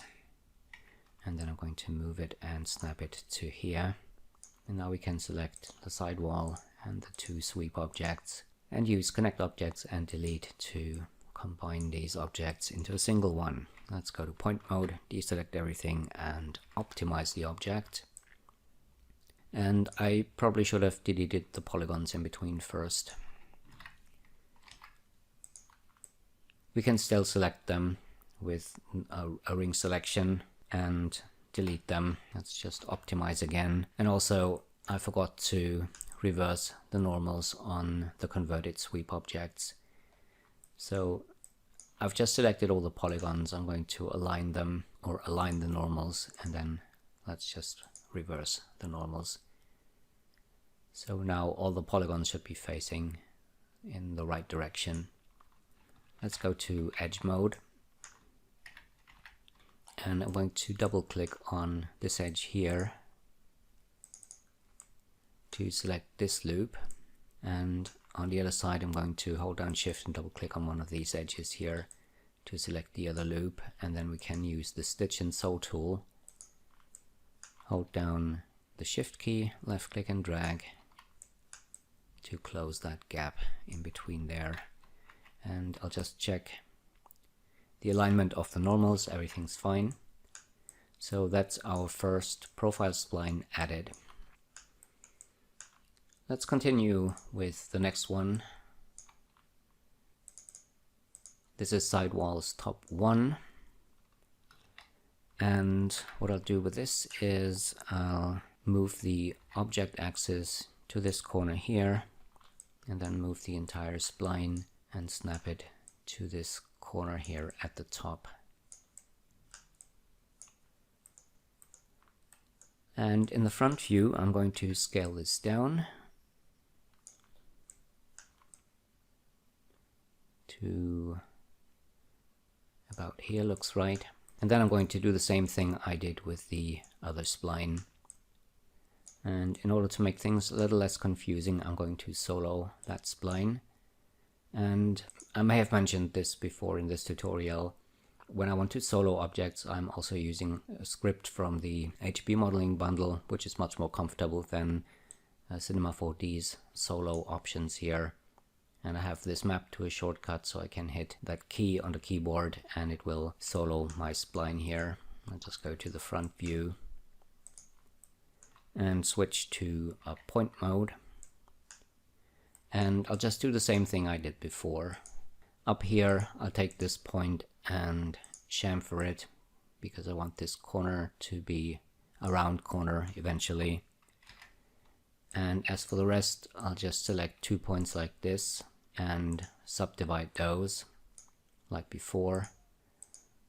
Let's try Maybe 5 points may not be enough, because you can see the distance between the points. Right now everything looks smooth because it's a spline, it's a Bezier spline, and we have these points set to soft interpolation. But you have to imagine these like this, okay, at hard interpolation, and that may look a little bit jagged.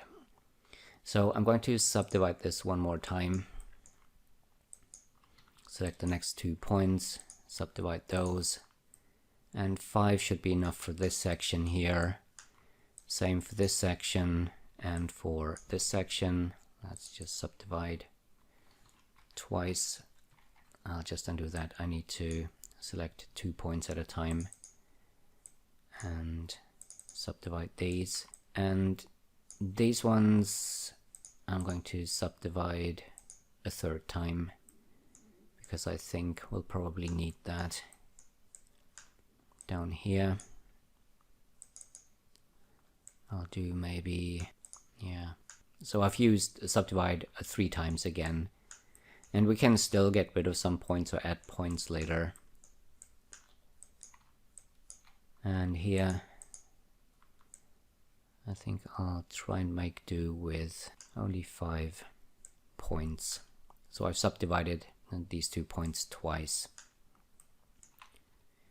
Now let's select all of the points, set them to hard interpolation. I'm going to close that.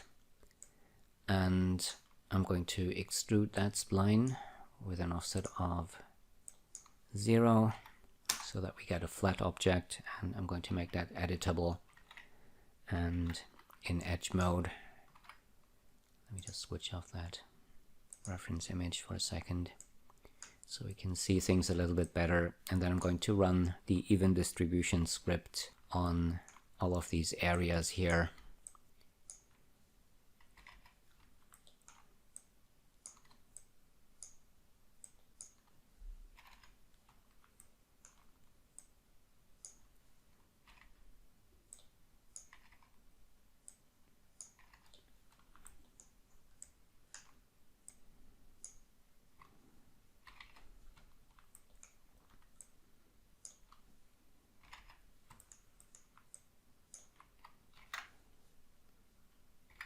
And I'll just extrude that to see how it looks. And then we can decide if we want to remove edges or maybe even add edges. But I think that's fine. We could probably get rid of maybe 2 down here, but the rest looks okay to me. So I'll just undo that, go back to my front view, and let's grab 2 points here and delete them. And then I'll just select these edges here and run the even distribution script.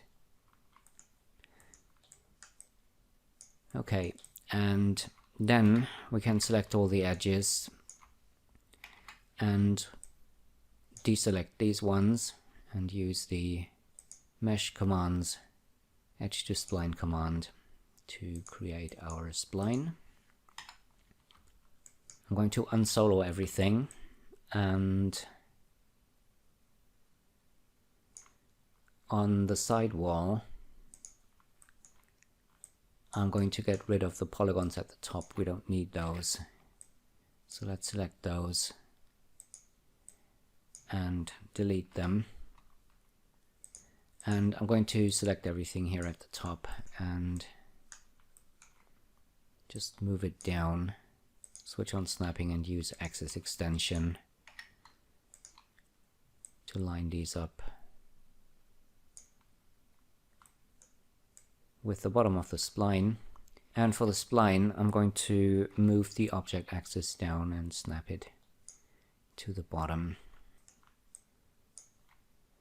And let's select our sidewall again.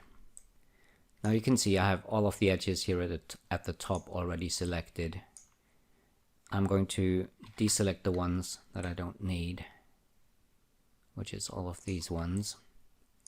And I'm going to split off the rest using the edge to spline command. So that is going to be our path spline.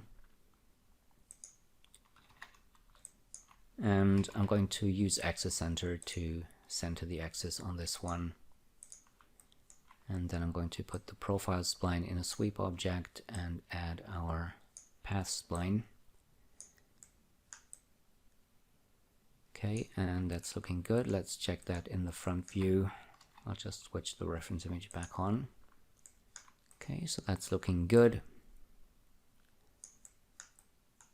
And I'm going to make that sweep object editable, but before I do, I'm going to switch off the caps here. And then I'm going to combine it with the sidewalls using connect objects and delete. Let's go ahead and optimize. And that's looking good. And I think we don't really need these polygons here at the back. We could keep them or delete them. I think I'll just get rid of these. And optimize again. We do need the top to be closed though.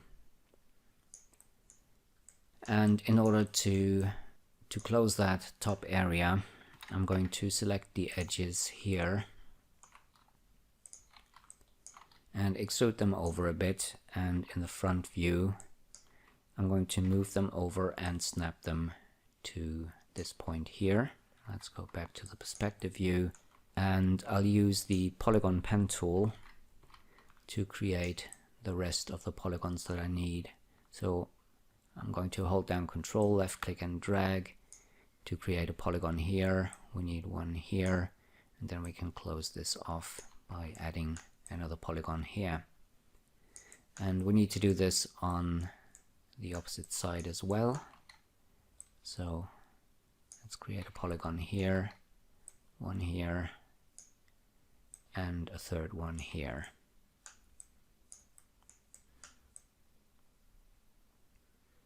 Okay, so looking good. Let's continue with the next spline, which is sidewalls top 2.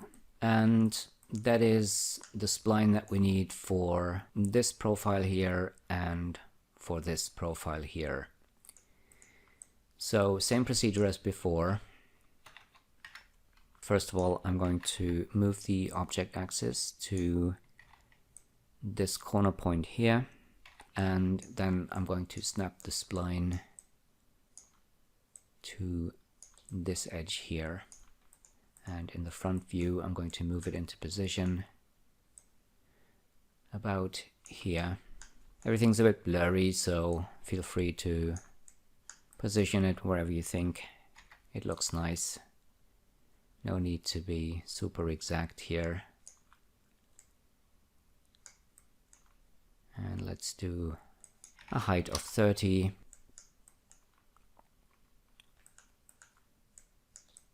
And I'll solo that spline, go back to my front view, and again I'm going to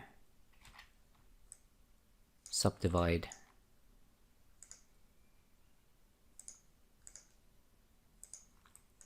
the points here. Let me just undock that again. So I'll do 5 for these areas up there, and maybe let's use 3 times subdivide for the bigger area, and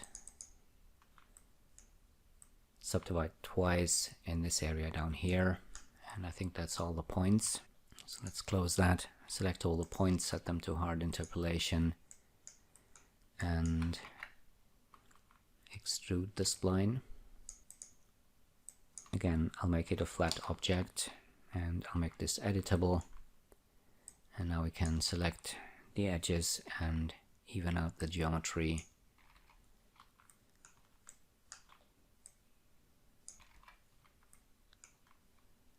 I forgot to select one down here.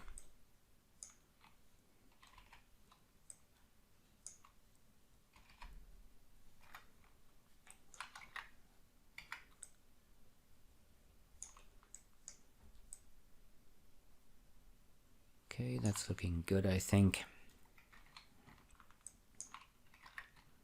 So let's select all the edges, deselect this one, and use mesh commands edge to spline again to create the spline that we need. I'm going to delete this extrude object here. And let's unsolo everything. And in order to sweep this spline, we still need a path spline. I'm going to combine the geometry that we're going to create with this spline with the sidewall. So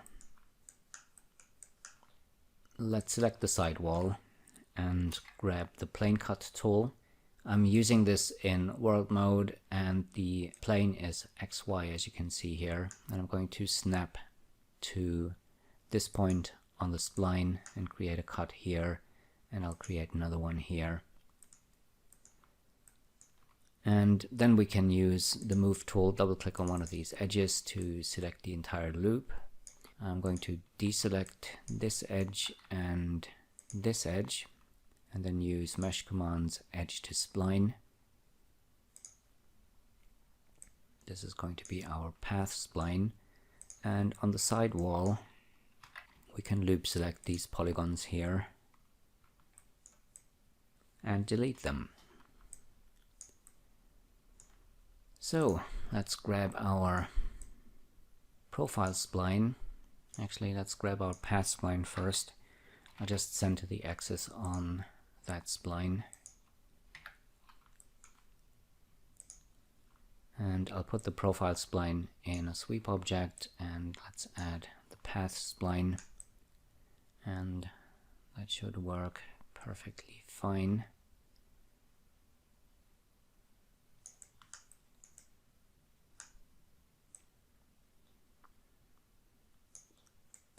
Not sure if I want to delete the polygons on this side as well.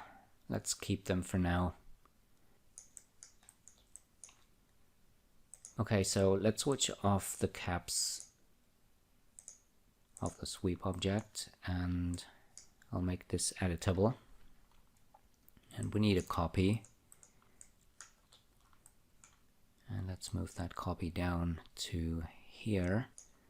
And of course we also need a geometry on the side wall to be able to connect this profile with the side wall. So let's go to edge mode, grab the plane cut tool again, and it seems like it doesn't want to snap to the edge of the sweep object. I'll just make a cut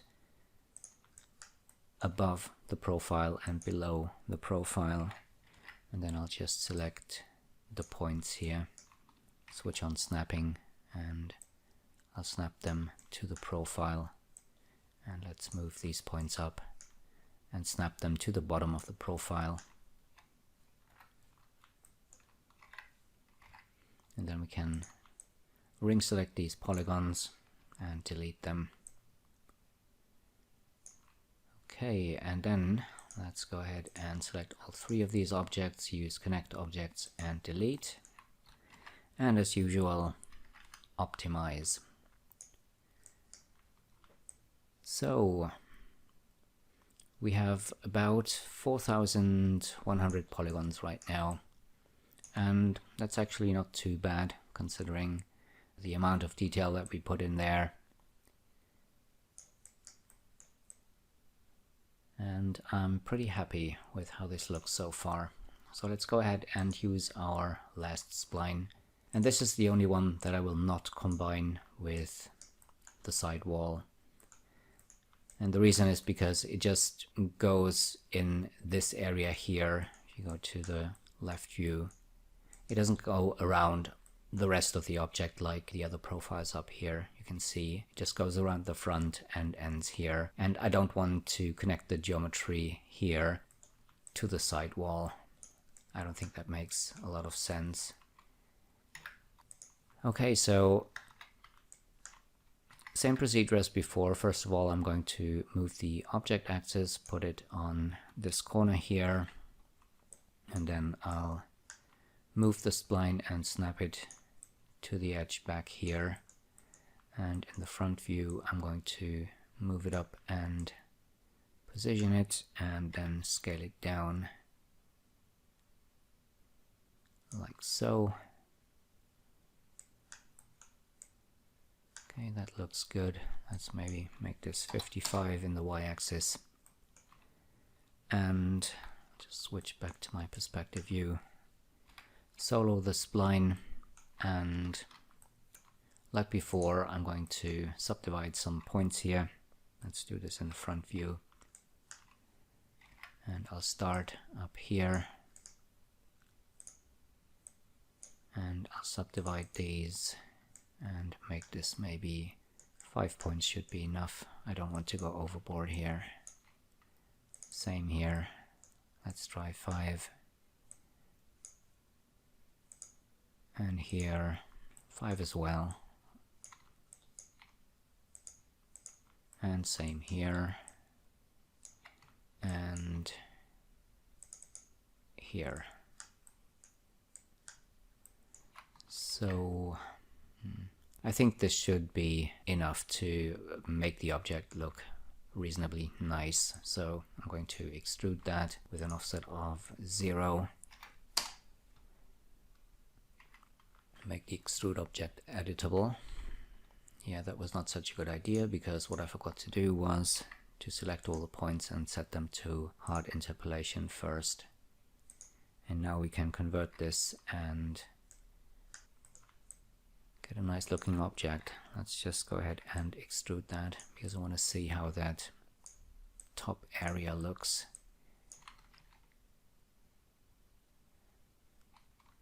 And that should be fine, I think.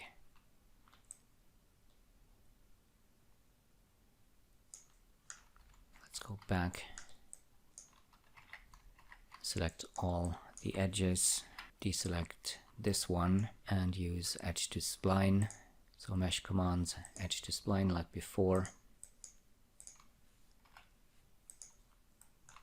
Unsolo everything. And we need a path spline. Let's deselect everything. This time I'm going to use the spline pan tool, switch on snapping, and I'll just snap to the edges here.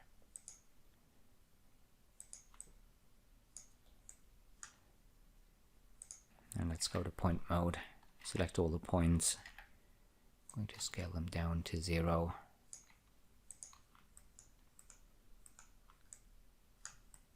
Actually, we do need snapping. I'm going to use axis extension to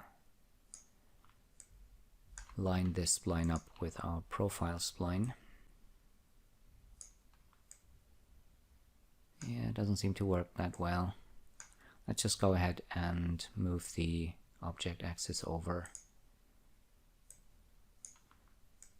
and then snap this manually.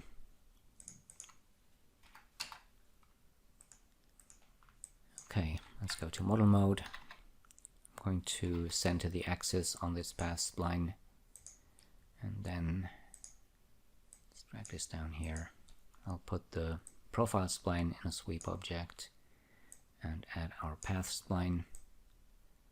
And it looks a bit weird. That's because of the Phong angle. If I bring that down to 33, it's going to look much nicer.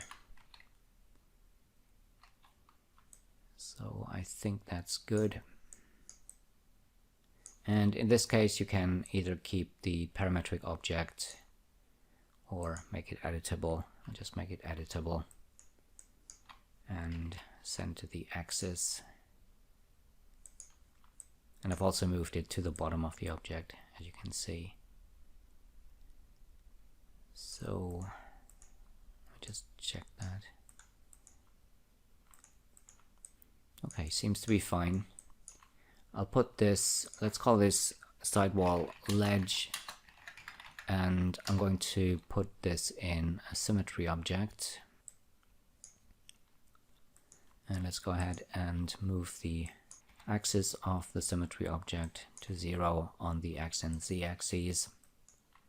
And let's add another symmetry object and change the mirror plane to XY. And I'll just rename the symmetry objects, put our sidewall into the symmetry object again,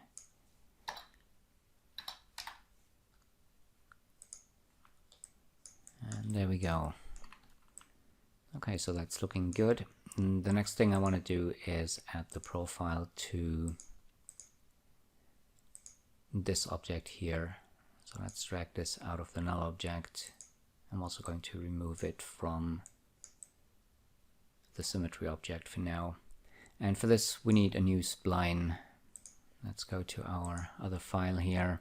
And this one is the ceiling support. So let's copy that over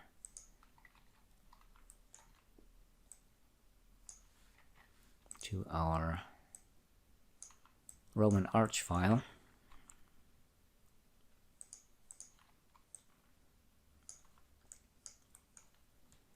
Okay, and for this I'm also going to move the axis to the top left corner here, and then I'm going to snap that spline to here for now. And let's go ahead and scale it down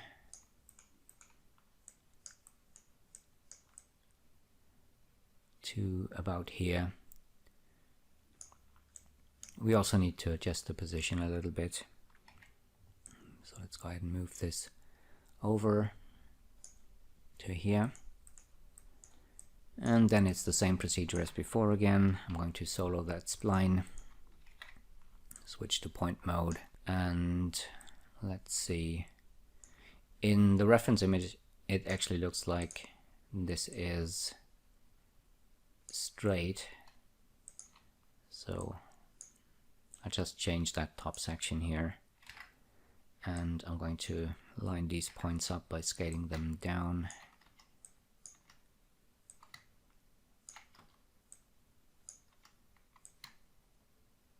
Okay, something like this. It is a little bit different than what you can see in the reference image here, but that's fine. You can always change that and do this differently if you want to. Okay, so let's go ahead and subdivide these points here.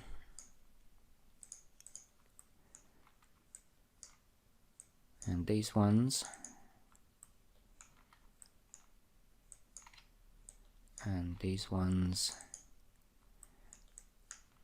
I try and use not too many, so you can see I've been using 5 points for all of these sections so far. And we'll see if that will be enough. I'm assuming it will be.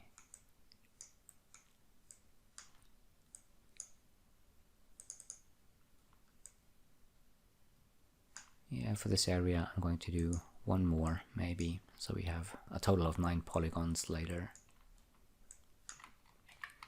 Okay, so select all the points, set them to hard interpolation. Let's use an extrude object. Change the movement to 0, make it editable, and like before I'm going to even out the geometry a little bit.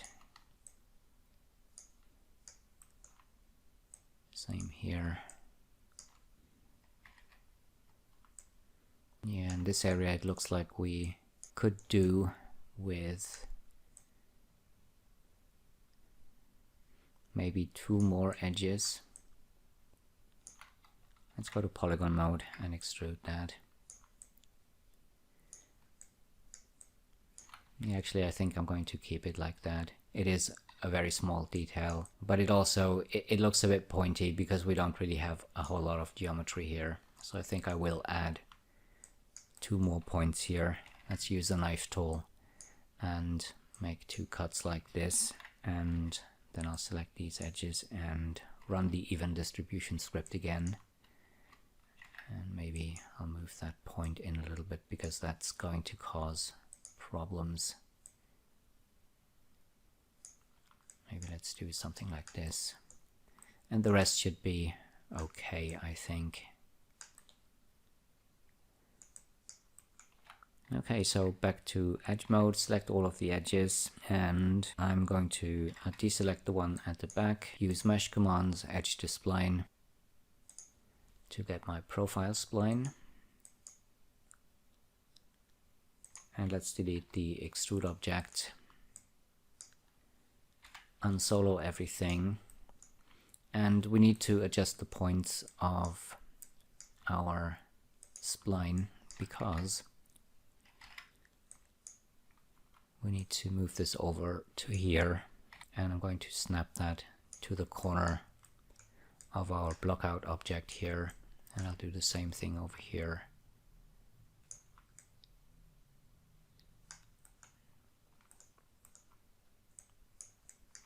And then I'm going to select our original object here, and we need the top 4 edges, so I'm going to select those and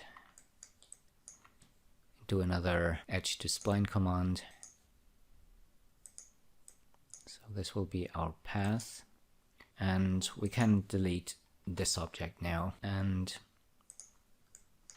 I'm going to center the object axis. And for this one, I'm going to move the object axis and snap it to here. Let me just solo that spline, because I just want to make sure that, yeah, the object axis is in the right position, which it is. So now let's see. I'll just solo both of these splines, and I'll put the profile spline in a sweep object and add our path spline. And it looks okay, it's just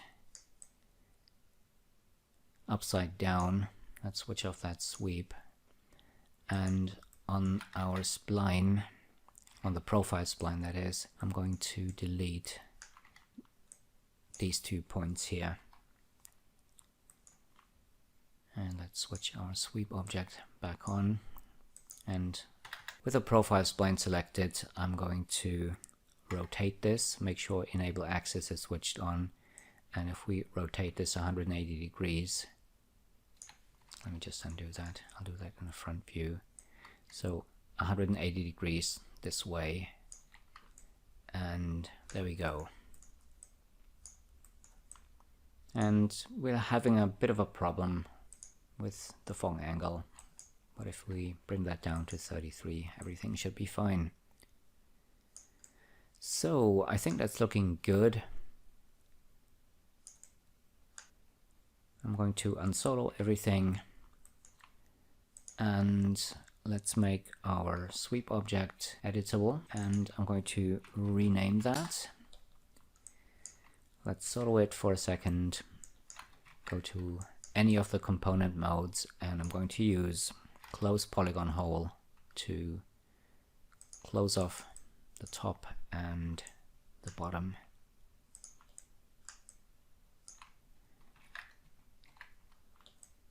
Just selecting all the polygons to see if they are oriented the right way, which they are.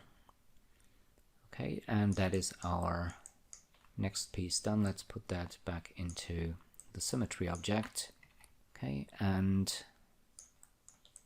now we can continue with the front wall, ceiling, and the roof.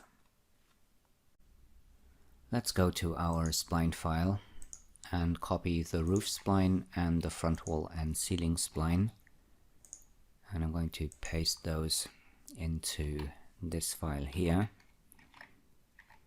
and I'm going to move these over. Let me just undo that. I need to switch off enable access before I do that. And we're going to start with the front wall and ceiling. I'm also going to need the polygon object. Let's move that back up here, and let's rotate the spline 90 degrees like this and 90 degrees like this, and I'm going to zero out the axis position, and I'm going to move the axis to the corner here, And let's go ahead and hide everything else for now. And then we can take that spline and snap it to this corner here. And I'm going to scale it in the front view down to here. And let's go to the top view. I'm going to solo the spline and start subdividing the points as before. And I'll do 9 points here. And if you're not sure if the curves are looking round, you can always set the points to hard interpolation, and you can see here we probably need a little bit more resolution. So I'm going to subdivide one more time and then select these 2 points, and I think I'll just do 9 points for all of these areas here.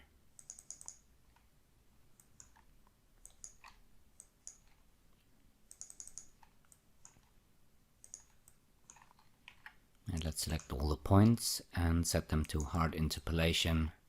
I'm going to extrude the spline with no movement, and let's make that extrude object editable, and I'm going to use the even distribution script from the HP modeling bundle again to even out the geometry here.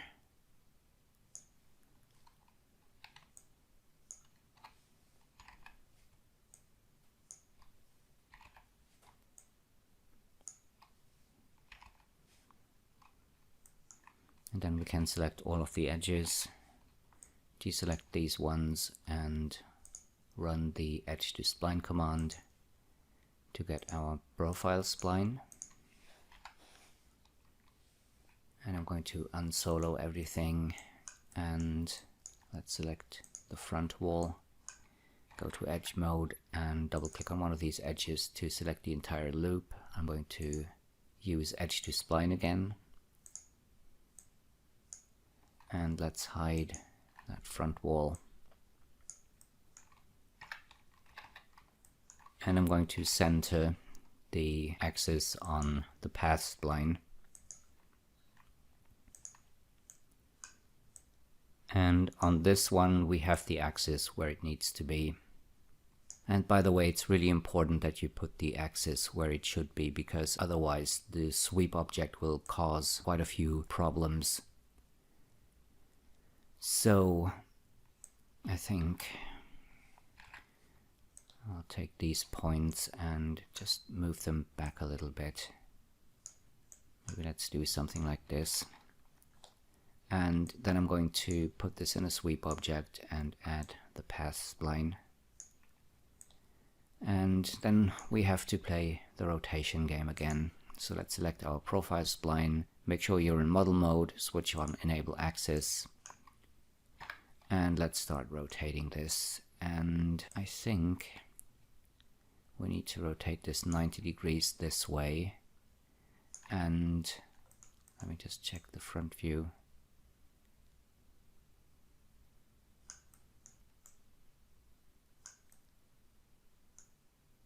Yeah, it doesn't seem quite right, but let's not worry about that right now.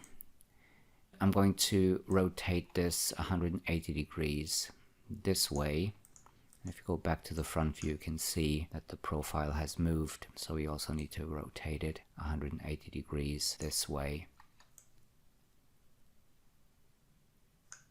And it's a bit weird because we're not getting a straight bottom here. But we're going to fix that in a second. So for now, let's just make that sweep object editable. We don't need to switch off the caps, we're not getting any at the bottom. So let's make this editable, and let's go to point mode. Let's just select the points at the bottom here and scale these down to 0. We need to switch off the axis first. Okay, so now we have something that is straight. And let me just switch on the ceiling support. I'm going to switch on the object axis and snapping and use the move tool to temporarily place the object axis on this point here. Switch off enable axis, and I'm going to move these points up and snap them to the ceiling support.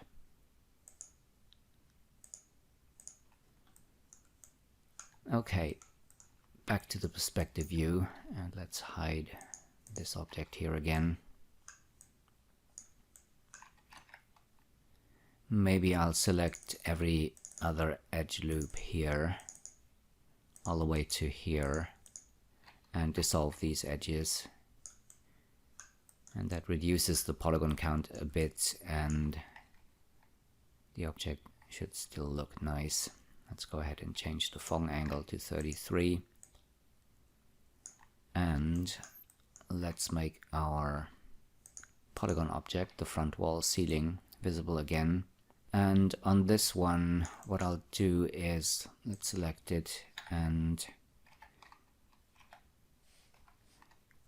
in the top view I'm going to delete this half here. And I'm also going to select all the polygons here and delete them,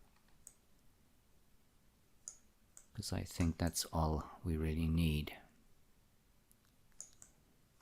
Let me just do a quick render. Yeah, and I shouldn't have moved those points back, because now I think that... Let's do this in the side view. I think I do want a slightly bigger ledge at the top. So let's just select the points here at the back. Let me just do this in the perspective view. I'll just double click on one of these edges here and then snap them to the other object here. So I think this looks a little bit better. Yeah, could even move these back a little bit further, I think.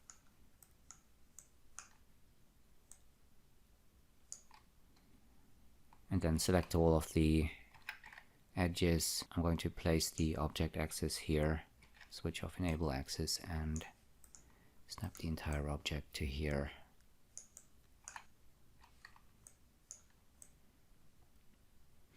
Okay, I think that looks fine. And let's go to polygon mode, select all the polygons. They're facing the right way, so we don't need to change anything. So let's go ahead and use connect objects and delete to combine both of these objects. Optimize.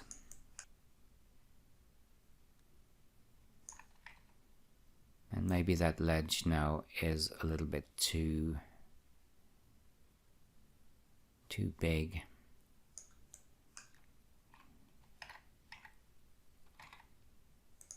Just select these edges here, hit UF to select these polygons, go to my side view, and I'm going to move these back a little bit again to about here maybe.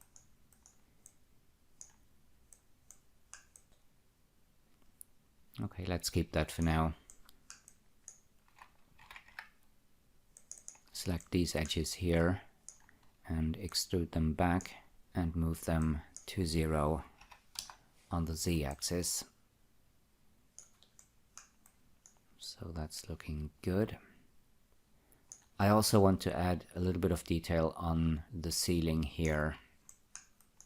But before I do, I'm going to get rid of this half of the object. And then I'm going to ring select these edges here and use edge cut with 2 subdivisions. Hold down shift to scale these down a little bit. Maybe let's do something like this, and then hold down control and slide these edges over to about here. And I'm going to ring select these edges and use connect points edges to create another edge loop. and I'm going to move that over to about here maybe. And in polygon mode, I'm going to ring select these polygons and deselect these two at the bottom, and let's maybe select these 4 polygons and these ones all the way to here. I'm going to bevel these polygons, and let's extrude them back, maybe -4. The offset is a little bit big. Let's try 2. And we don't need any subdivisions, so let's switch those off. And I'll make the offset maybe a little bit bigger. We just need to be careful because we could get problems with the Feng shading if we do this the wrong way. So maybe something like this. And then I'm going to use extrude inner, and let's do an offset of maybe, let's try 4, and extrude these polygons back. I'm also going to do an offset of 4, and let's extrude inner again. Let's extrude these back and use extrude inner again, same amount, and extrude these back one more time like this. Okay, I think that looks good. Now we need to fix this area up here. I'm going to select these polygons here and delete them. And in edge mode, I'm going to select this edge here, then hold down Shift and Control and left click on this edge to select all the edges in between. And I'm going to move them to 0 on the x-axis and change the size to 0. Okay, so that's fine. Let's go to the top view, grab the knife tool, switch off visible only, and I'll make a straight cut here. Go to point mode, delete the points at the back, select these ones, and I'll move these to 0 on the z-axis. And let's put this in a symmetry object, and we need another one. Let's change the mirror plane to XY, and I'll make this editable.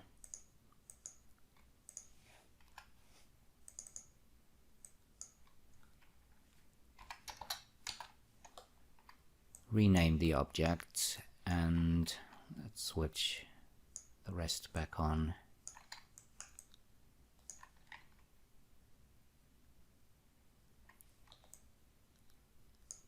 Okay, so I think that looks good.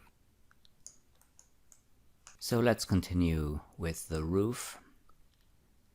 I'll drag this out of the null object here, and let's move our roof spline down to here and make it visible.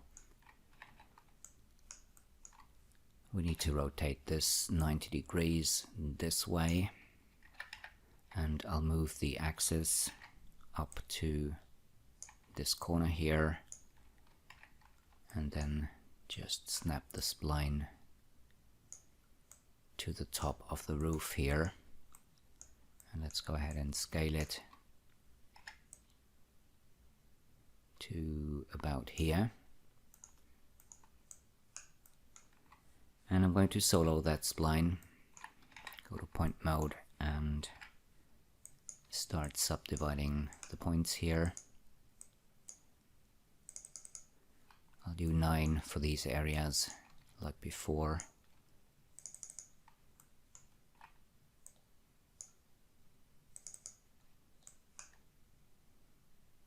And I'll do 9 for this section as well.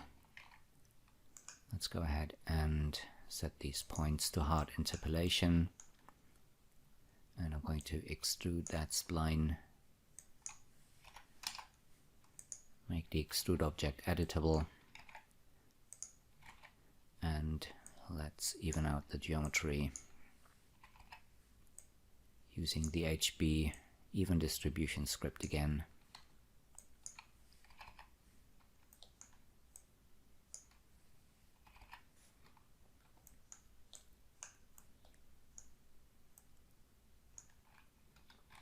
We also need to move that spline back a little bit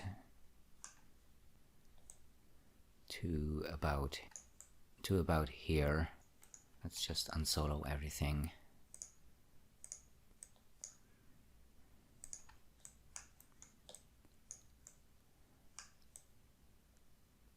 And this still seems a little bit big.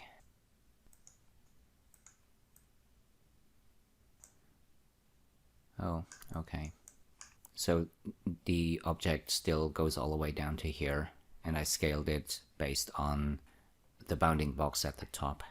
So it's way too big. We need to scale this down like so. Okay, that's a little better. Let's go ahead and move that over again.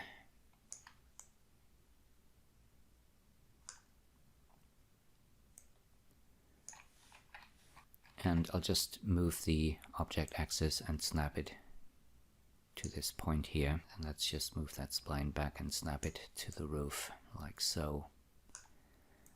Okay. And also, let's select all of the edges and deselect these ones.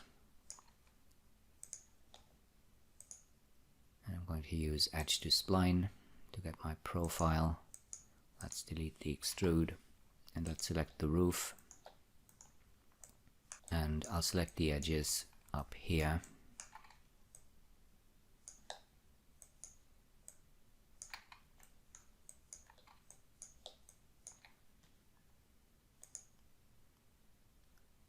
And create a spline,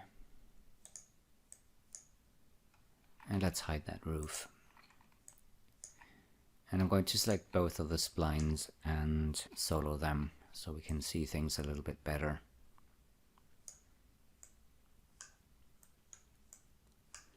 Let's put that profile spline into a sweep object and add our path spline.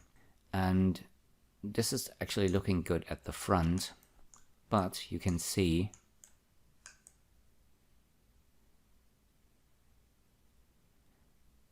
oh, it's actually looking good on this side as well, which is interesting because in the tests I ran, I had some serious problems getting this to work. So that's actually good. So let's go ahead and make that sweep object editable, and maybe I'll keep a backup just in case.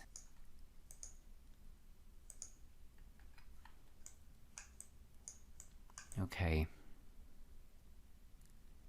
And I'm not going to remove any polygons. We could maybe get rid of every other edge here. Let's start with this one. Yeah, let's do that. It reduces the polygon count at least a little bit, which is a good thing. So let's go ahead and let's see if we can use close polygon hole to close off the gaps at the top and at the bottom. And we'll need to remove the n-gons here.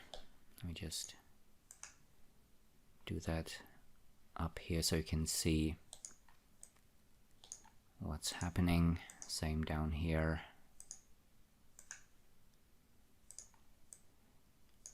Okay. So let's unsolo that.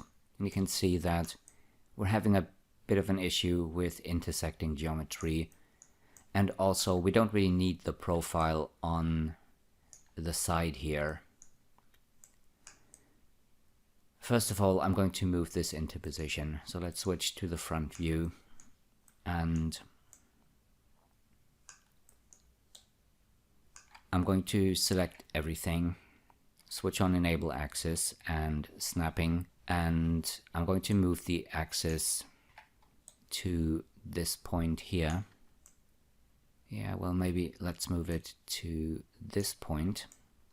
Switch off enable axis and then move everything up and snap it to the top of the side wall here.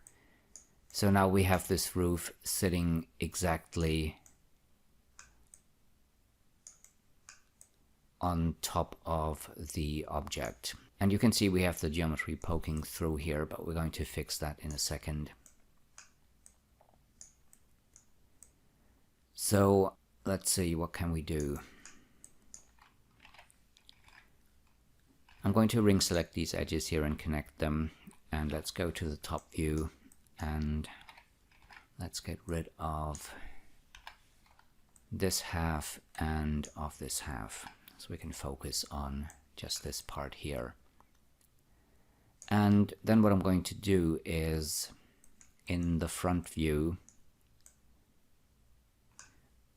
I'm going to use the knife tool, visible only switched off, and I'll snap the knife to this point here and then make a cut straight across like this. And that means we can now get rid of all of these points here.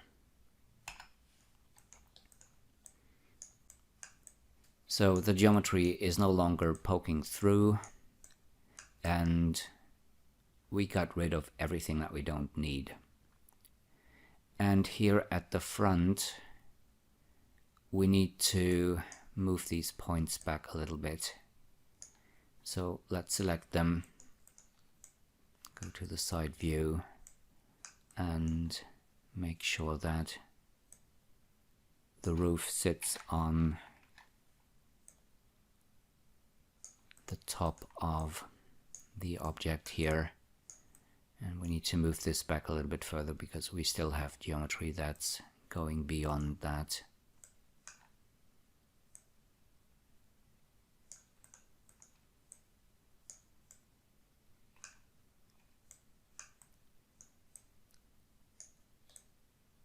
So something like this. Maybe we could move this back a little bit further.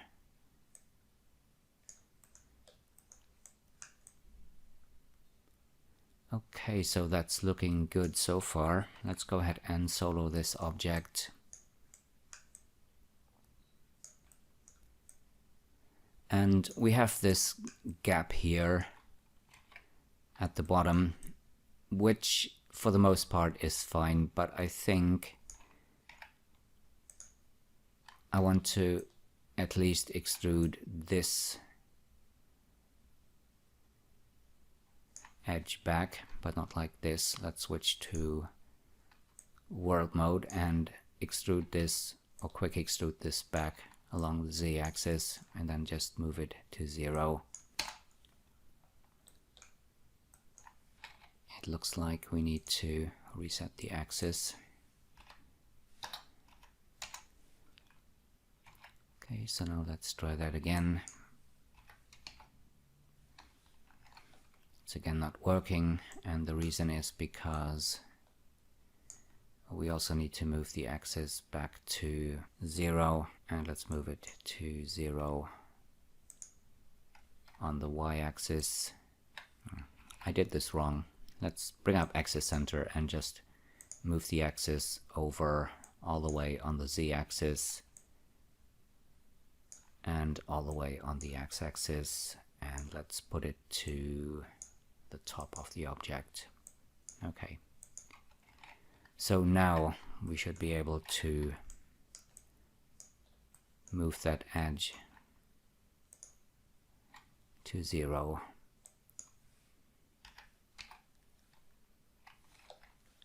And we need to switch off enable axis first, of course. Deselect everything and optimize the object.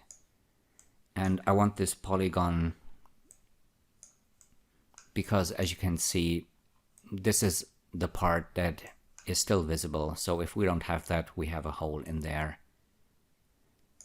As for the rest, it's sitting on top of those side walls, and we don't need to worry about geometry below it. We don't need any geometry where we can't see it. So that's good. Now there's another problem, because the roof is a bit close to the edges here, and if I drag that balustrade out here, let's go to model mode. I want this balustrade to basically go almost all the way to the edge of this ledge here, something like this. So that means we need to move the roof a little bit. Let's rename that to roof. And I'll just move this over a little bit until it doesn't intersect the geometry of the balustrade anymore. So something like this. And maybe we could move that balustrade back a little bit further. Something like this. And that means we need to move that roof back over a little bit further too. And of course that means that it is going beyond the center line now. So in order to fix that, I'll switch to edge mode and grab my knife tool, switch on snapping. I'm going to snap to the center line of the wall object here, and then just make a straight cut like this and delete these points.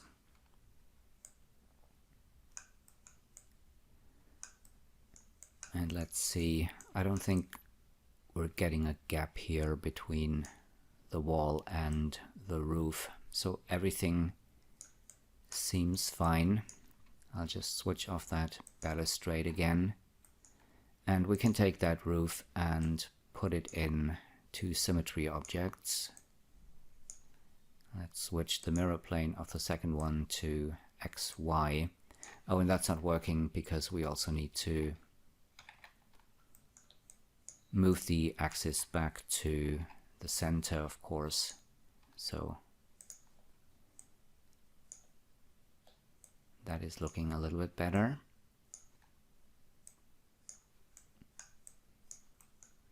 And it looks like the points are not at the center here, at the back.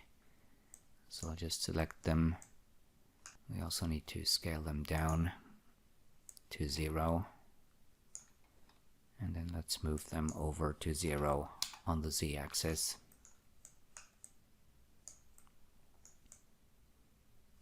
Okay, so that's looking good. Let's make this, or both of these symmetry objects, editable. Drag the roof out there. And there we go. Okay, so that's looking good. And now we can continue and create the balustrade.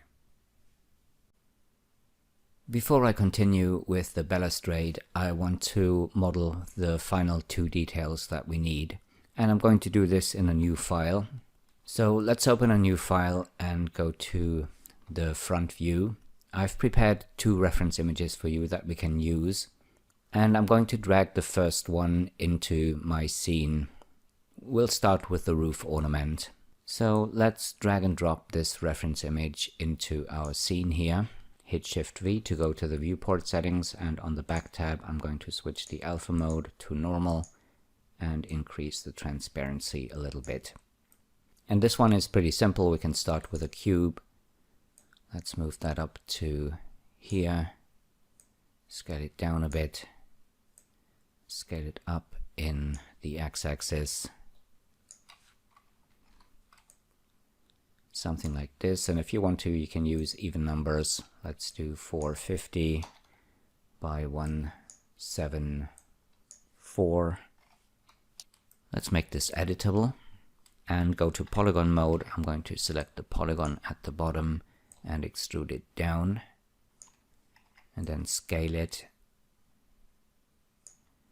and extrude it down to here. And that's all we need to do. Let's go to the perspective view, switch to edge mode, ring select the edges here on the side and connect them. And then I'll just delete the back. And let's go ahead and select these points and I'll move them over. Let's maybe do 350 for now. And let's go to model mode, and I'm going to move the axis of the object all the way over on the z-axis and all the way to the top. So that is our roof ornament. Let's go ahead and hide this, and I'll go back to the front view. Next, I'm going to model the baluster that we need for the balustrade. So let's go ahead and drag our reference image into the scene. And I'll start this with a spline. Let's deselect the roof ornament and create a point here. Switch to the move tool, and I'll just quick extrude the basic shape. And our final version will be a little more high res than what you see in the reference image here.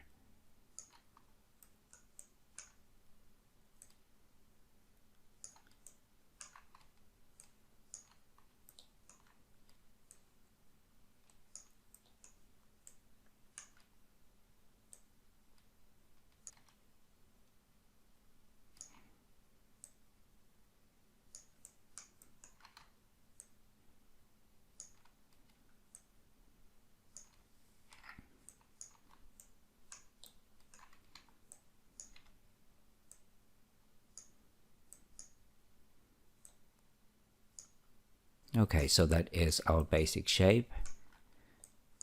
Now I'm going to set these 2 points here to soft interpolation. Select this point here, rotate it a little bit. We actually don't need this tangent here. I'm going to make it smaller and then remove it completely.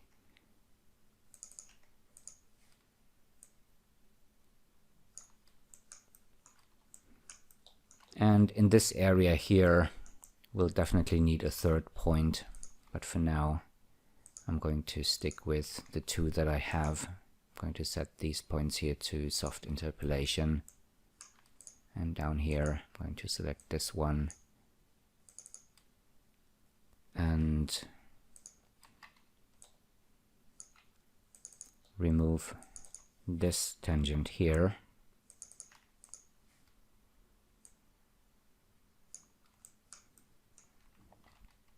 And then I'm going to select all of the points, grab my spline pen tool again, and I'm going to adjust the points to create the shape that we need.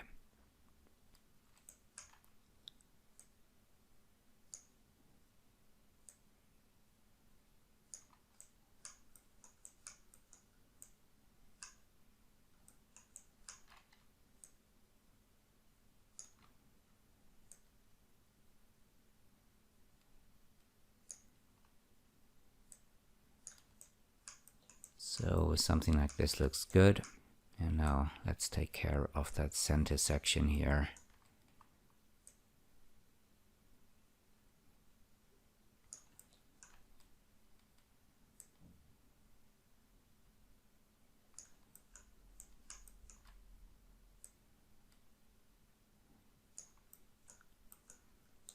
I'm not going to do this weird curve up here. So something like this actually looks good, and we could add a point maybe here and then adjust this tangent here to get a little closer to the shape that we have in the reference image, and something like this should be fine. Just in case, I'm going to keep a backup copy of this, and now I'm going to subdivide some of the points like I did with the splines we created previously. And I'll do 9 points for this section here. And let's go ahead and select these 3 points here. I'm going to subdivide 3 times. And let's go ahead and subdivide these points 3 times as well. I'm going to set all of these to hard interpolation, and in order to be able to see the shape, I'm going to extrude this point here, extrude again, and move that up, and now we can close that spline, put it in an extrude object, set the movement to 0, and make this editable. And I'll even out the geometry.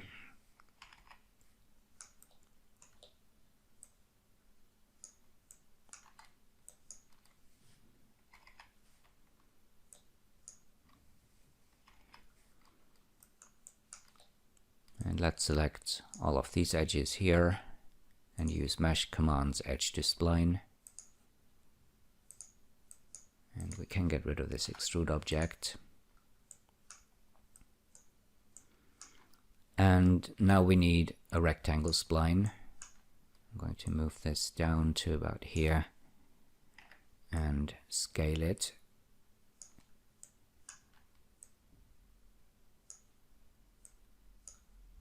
And let's do 107 by 107. And let's put it on the floor. And I'm going to move this down to here.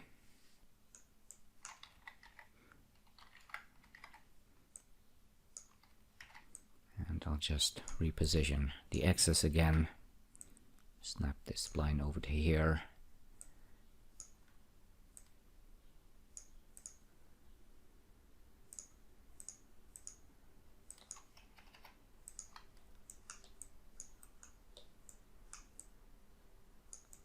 Okay, and that's a little bit better. Let's make a backup copy, and I'll make this editable. And I'm going to close the top and the bottom here. And these polygons will actually not be seen, so arguably you don't really need these. But just in case you want to add bevels to the corners, it might be a good idea to keep these.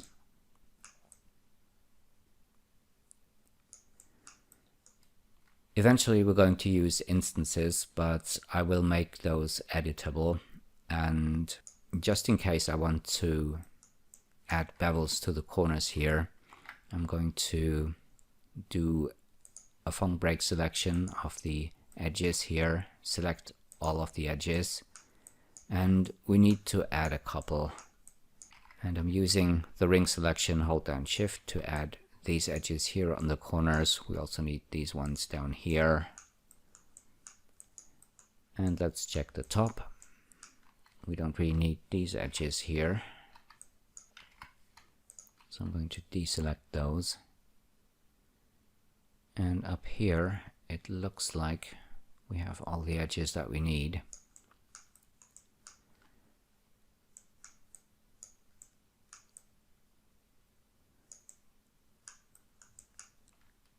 I'm going to set this selection.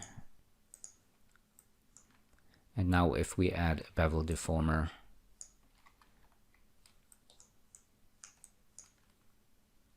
let's bring up the offset and let's drag the selection tag in there. So now we have something like this.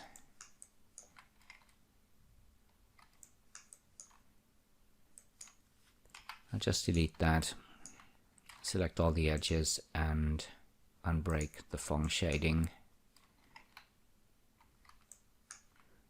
I'll just loop select these edges here and maybe scale these down a little bit.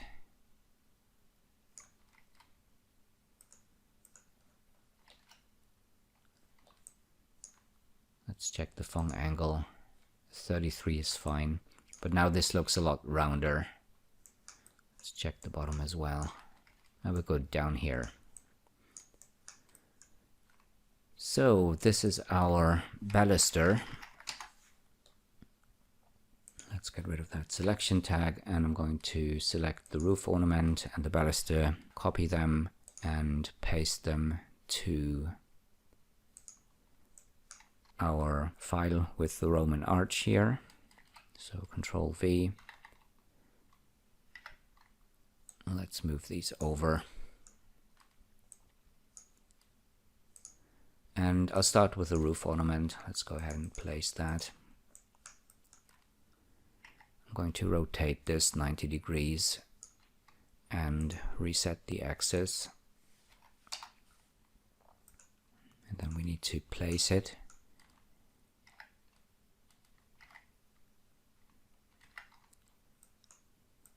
So let's see, I think this needs to go here.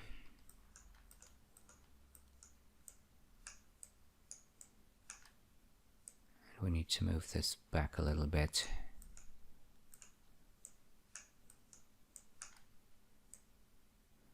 And snap it to this edge here. And right now it's a little bit big. Let's move this over.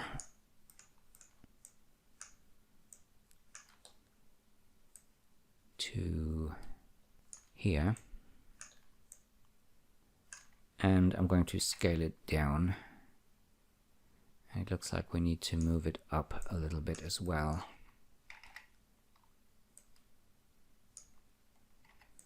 Let me scale this up again a little bit to about here.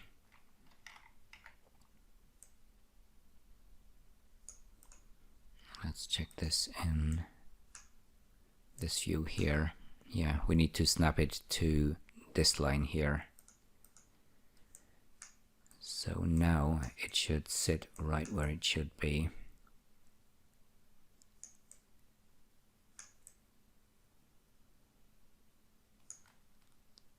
I'm also going to change the Phong angle to maybe 22. And that's taking care of the shading issues. And I think we also need to adjust the depth a little bit. Let's go ahead and move this over to here and snap it to this line here. I just want to make sure that we get a nice distance here. I'm going to move this over a little bit. And it actually looks fine. We could maybe move these points back just a little bit. Something like this. And that looks fine. So I'm going to move it back to here.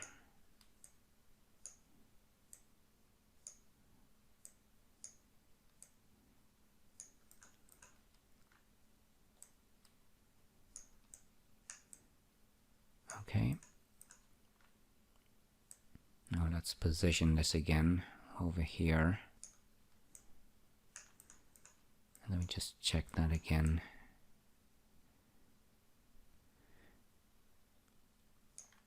Yeah, looks fine.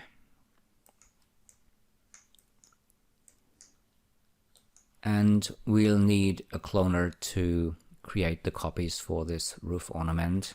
And we'll need 2 cloners because you can see this in the reference image. The distance between the ornaments over here is smaller than the distance between these ornaments here. So let's see, let me just move this down a little bit again. Let's go back to the front view.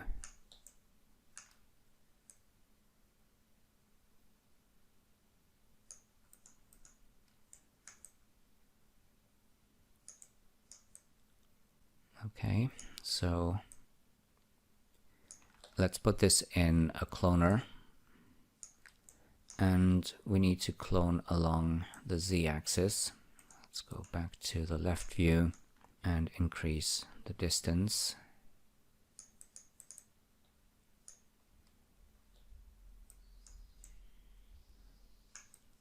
And then we need to increase the clone count. And adjust the distance a little bit.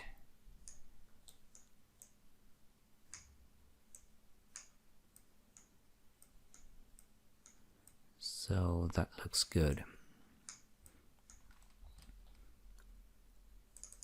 I'll just rename that to roof ornament, and I'm going to make a copy. And this second cloner, we need to move to here and snap it to here. And let's move it over.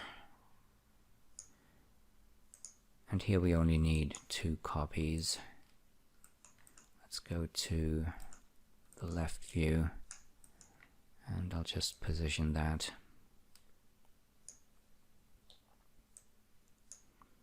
And change the distance between the clones.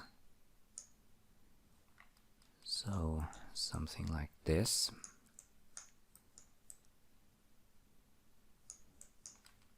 And let's take a look at the front view. We also have a couple of these ornaments here, and of course we have some of them here under the roof. So let's go ahead and copy that second cloner, and I'll just rotate it 90 degrees. And let's go ahead and move that over to here.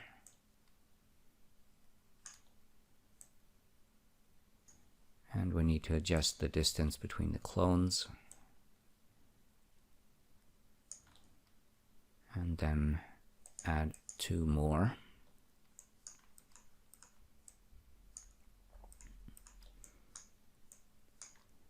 And I'm going to move these over, and I think we need to snap them to this edge here, and then just move them up and snap them to here. Okay, and that looks good. And then we need one more clone. I'll just copy this one, and I'm going to move this over to here.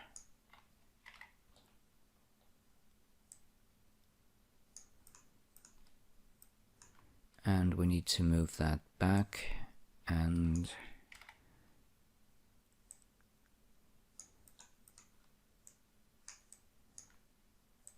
snap it to the wall here. So let's say that's this line here, I think.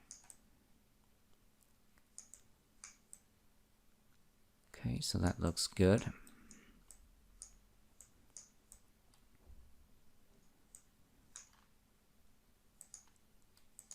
And I'll make a backup copy of all of these. And then I'm going to make my cloners editable. And I'm going to, let's select all of these objects, and I'm going to use connect objects and delete. And I'll do the same with this one.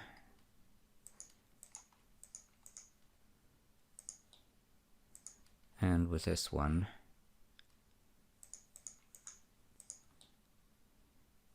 And I'm going to make another copy of this one. And let's go ahead and move this over and up. And I'm going to snap it to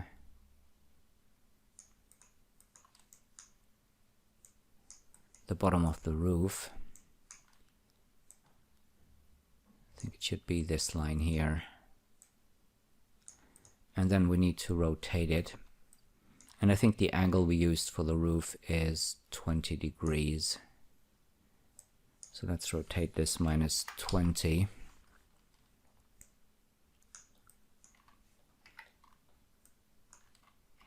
And I'm going to move it to here. Let me just check the size of these. I think I'm going to scale this one up a little bit.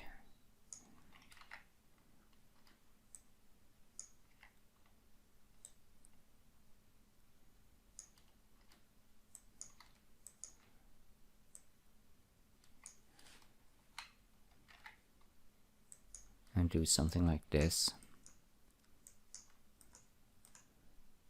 Yeah, they do seem to have a slightly different shape. So, okay, so let's put this in a cloner and again clone along the z-axis and then increase the count.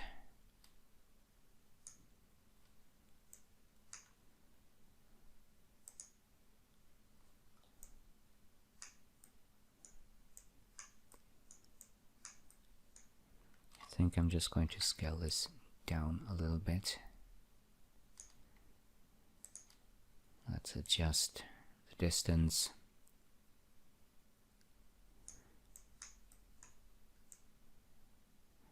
And see how that looks.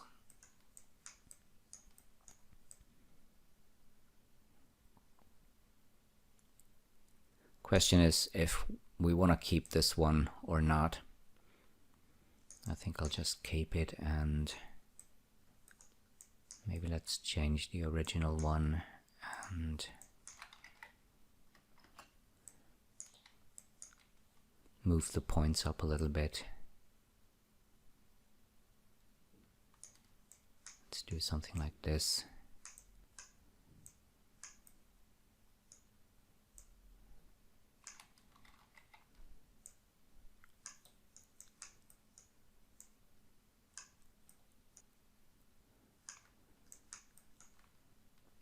Okay, I'll just make this editable.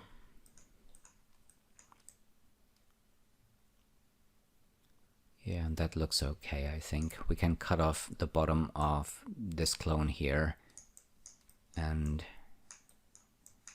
I think we'll be fine. So let's go ahead and use connect objects and delete to combine all of these ornaments here. And what I forgot to do, let's go to point mode. I think I want to move the points at the front forward a little bit. And let's maybe do something like this.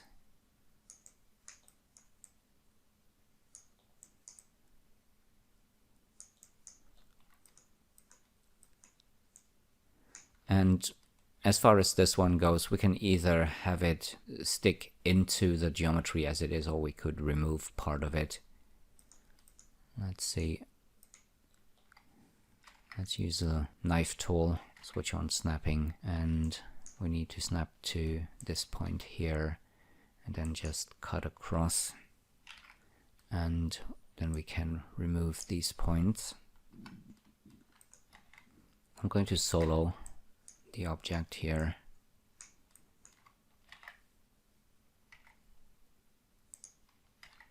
And I'll just extrude this edge back.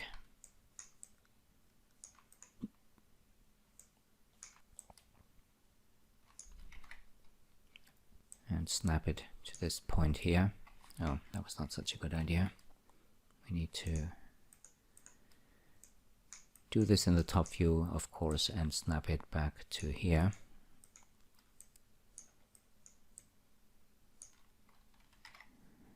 And then we can create another polygon here. Deselect everything and optimize. And let's unsolo everything.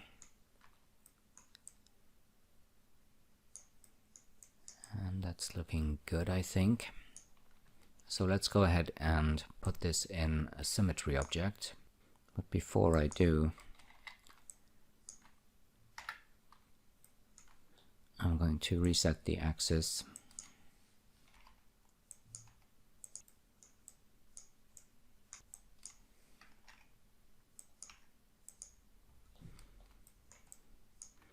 And also I'm going to move it to 0 on the X and Z axes. Okay. Let's just create a new symmetry object here. And let's add a second one. Change the mirror plane to XY. So we get our copies on the other side. And if you want to, you can keep that. I'm going to make it editable. So I only have one object. And I'll basically do the same thing with all of the other ones as well. So this one I'm going to put in a symmetry object, and I'm going to move the object axis of the symmetry object to 0.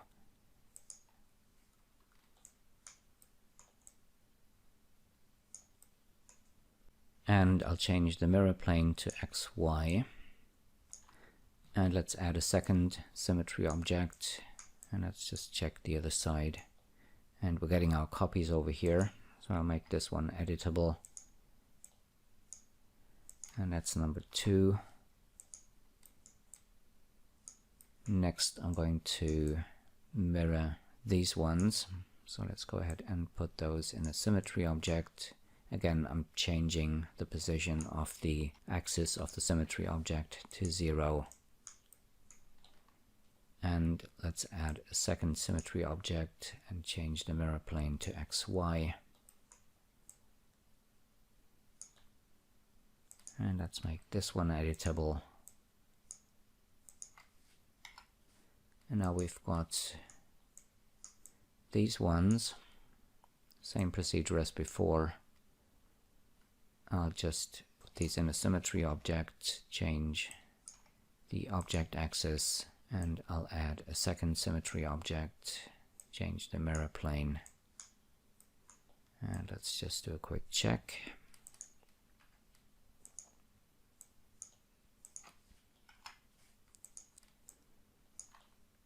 And let's do this one more time.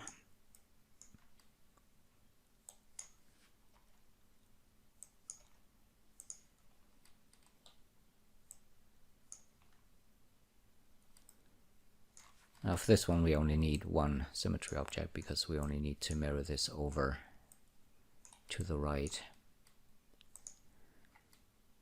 Okay, I'll make this editable. Then I'm going to select all of these and use connect objects and delete to turn these into a single object. And let's just make sure that everything's centered, which it is.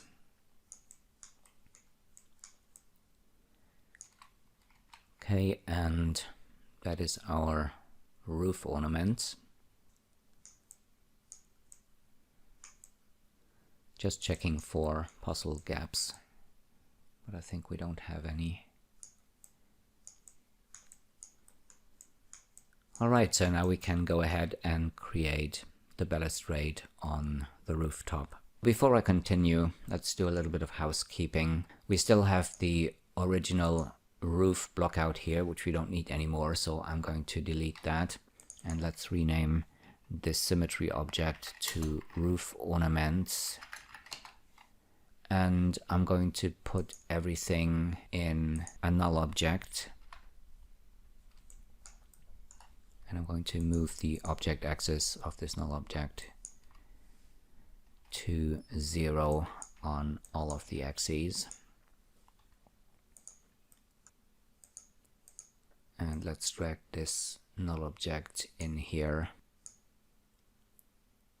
Okay, and this is our baluster. We don't need that right now, so I'm going to switch that off, and this will be our center structure. We need the balustrade, so I'm going to drag that out of the null object for now, make that visible, and hide our center structure. And in order to create the balustrade, we also have a spline that we made earlier. So let's go to our spline file and copy the roof balustrade spline and paste it into our file here. Let's make this visible.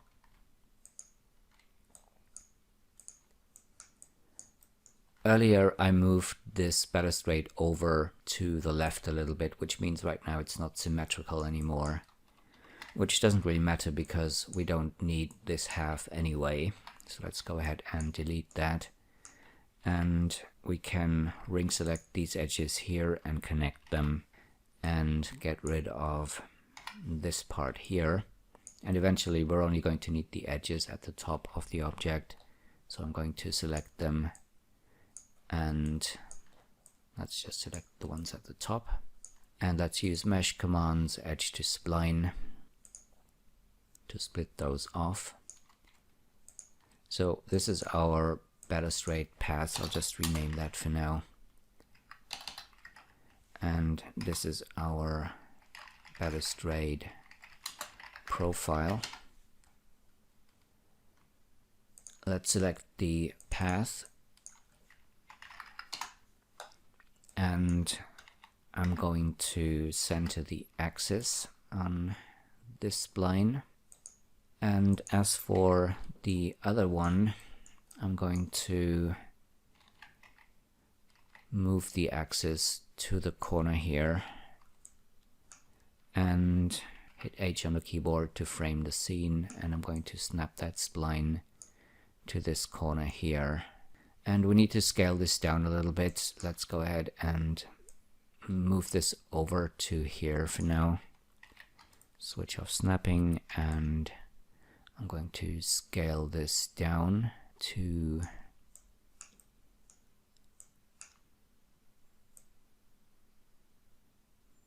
about here maybe.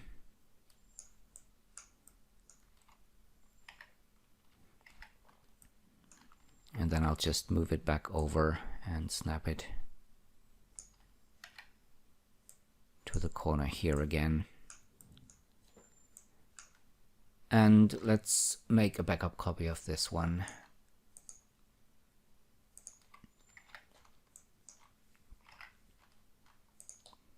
And I'll prepare the spline by subdividing the points. Let's do 5 in this area here. Let me set these to hard interpolation. Yeah, that should be enough geometry.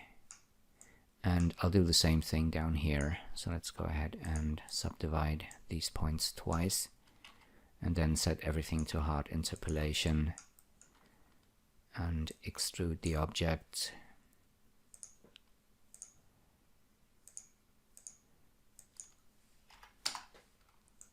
And let's make it editable. And I'm going to even out the geometry here.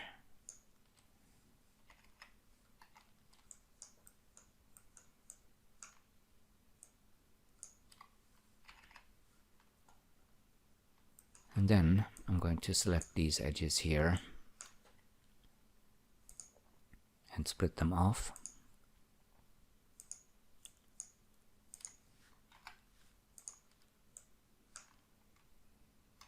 And I'm going to move the object axis and snap it to this point, and then I'm going to snap the spline to the path spline like this. Okay, so now let's go ahead and sweep that along our path.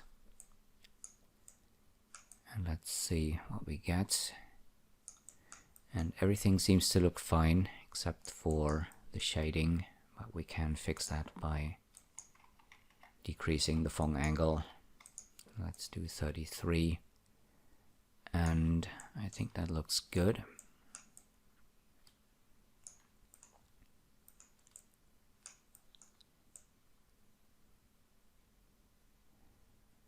Okay, not bad.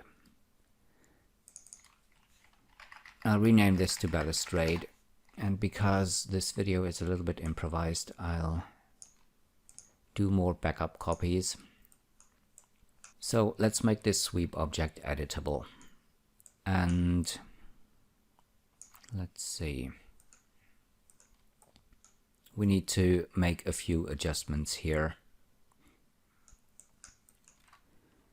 For one thing, we need to reposition some of these edges here.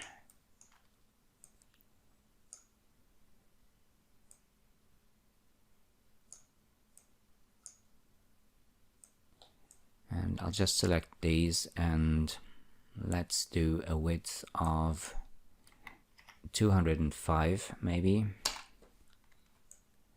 So that looks okay. And I'm going to select these edges here. And actually, before I scale these, I think I'm going to make a cut, make sure that visible only is switched off. Cut straight down. Let's go to point mode. Delete all of these points here. And move these ones to 0, but I think we need to place the object axis at the center first. So let's move that to 0 on the X and Z axes.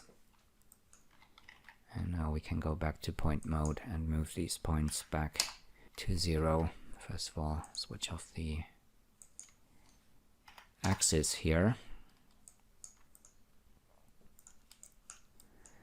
Okay, so now we need this part here to be half the width of this part here.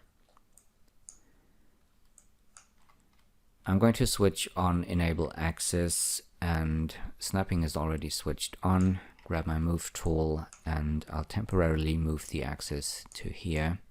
And then I'm going to scale that part to 205 divided by 2.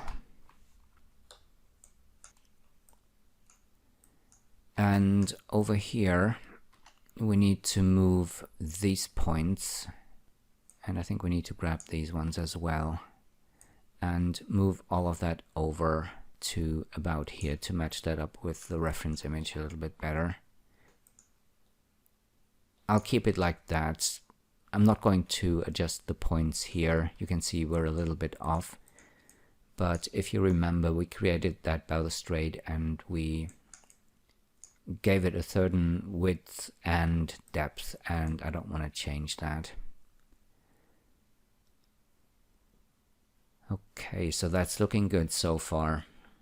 Now, what I also want to do is close that top part here, and let's try the polygon pen tool. I'll just switch off snapping, hold down Control and left click and drag to create a polygon here, and let's try and close the rest with a close polygon hole, and that gives us these n-gons here at the top, and I do want to get rid of those, and I'll do that in a second. But for now I'm going to select all the polygons and reverse the normals, and then let's go ahead and select these ones and delete them. And using the polygon pen, I'm going to create a few more polygons here.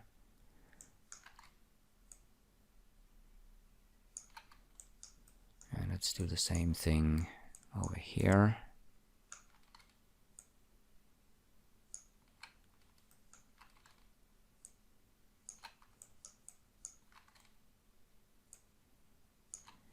And then we can use close polygon hole to close these areas here. Now over here we can't really do that because we have this open end here. So I'll just do that with a polygon pen again.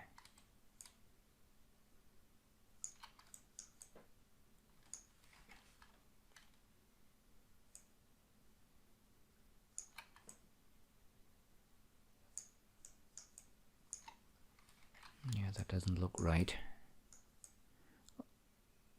Or maybe it just looks confusing because of all the other geometry. No, it's actually not right. You know, I'm just going to grab this edge here, switch to the world coordinate system, and I'll extrude this over. And I'm going to, let's go to the top view and snap it to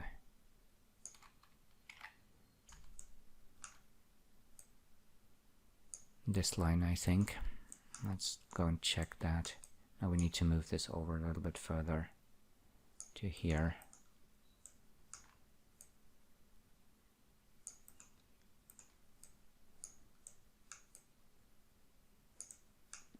Okay. Deselect everything and optimize. Let's switch on our center structure to see how things look. And you can see we have geometry poking through here, which we can easily fix. But it looks like basically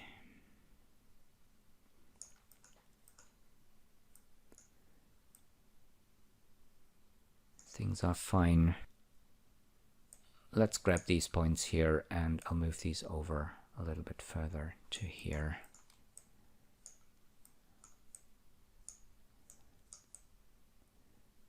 And we also need to move these back a little bit here at on the side of the object.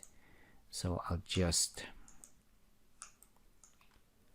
select all of these here and move these back a little bit.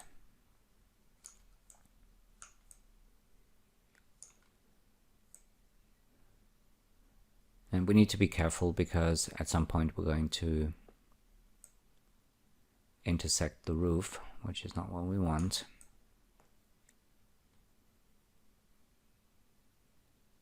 Okay, so something like this looks good. And I'm not too worried about the back here. We're just going to have the geometry intersect with the roof, and that's fine. So that's looking good, I think. Now let's take care of this n-gon here at the top. I'm going to solo the object, go back to point mode, and I'll start connecting some of the points here. So let's use the live selection tool and connect these points here, and we can also connect these two and these two here. And over here I'll connect these 2 points, and let's go to the top view. And what I'll do here is I'll grab my knife tool and I'll make some cuts like this.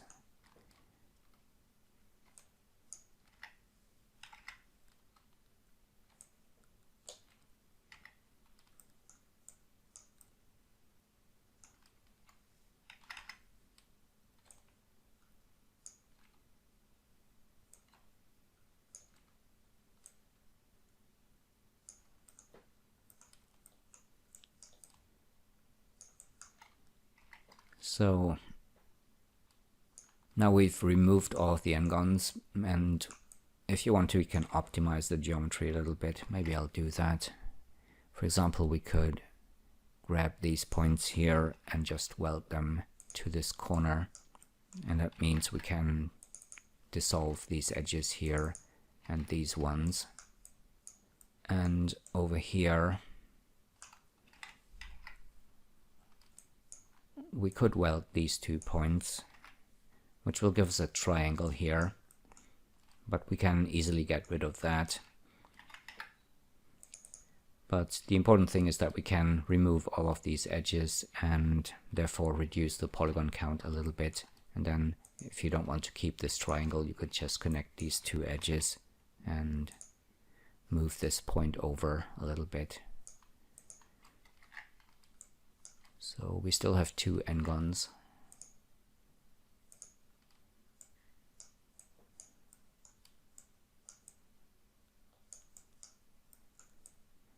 Okay, this one over here, I'm not worried about that because I'm going to make a cut and I'll delete that part anyway. And I'll just grab these points and move them over. Okay, so that's taking care of that. And let's have a look at this n-gon here. I just try and optimize the object, and that didn't help. So that means we have 2 points somewhere here. And I'll just weld them to this one.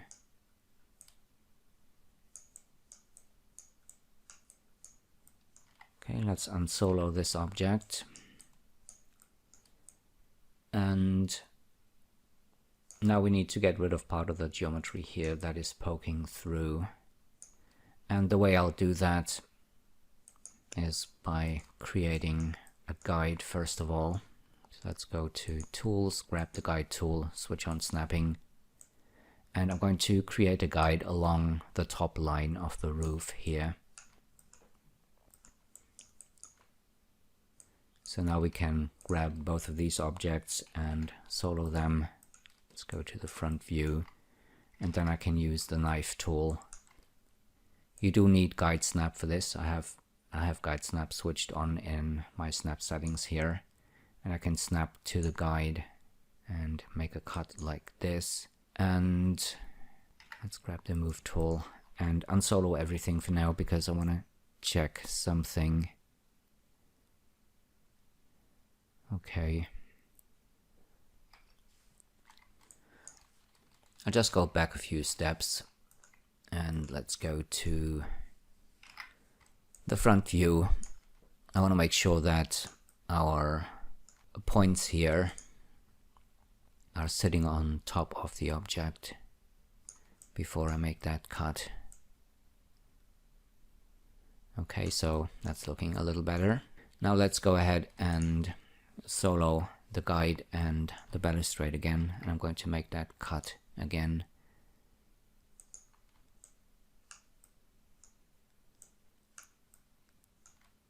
And we don't want to remove this point here because over here we need the object to go down all the way to the top of the side walls here. But we can get rid of all of these polygons here.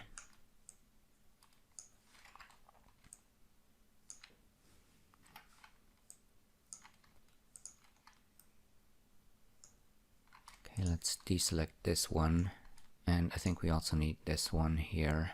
Let's go ahead and delete those polygons here.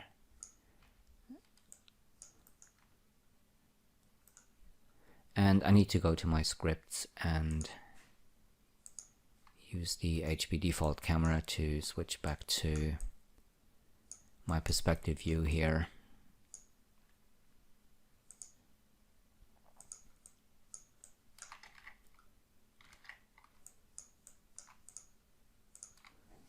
Let's get rid of this polygon. I'll just optimize the object. And I just wanted to check, we don't need the polygon here at the front. I'll just solo this object again and delete this polygon. So let's see what we have. Actually, I think I'm going to keep it, and the reason is because I want to get rid of these edges here. So I'm going to delete all of these edges, which will give us an n-gon here. I'm just going to extrude this edge down, scale that to 0, and I'm going to move it down and snap it to the bottom. Deselect everything and optimize the object.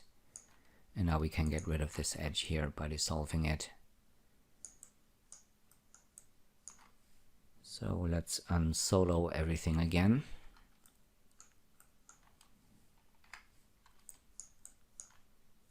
Let's get rid of these edges here.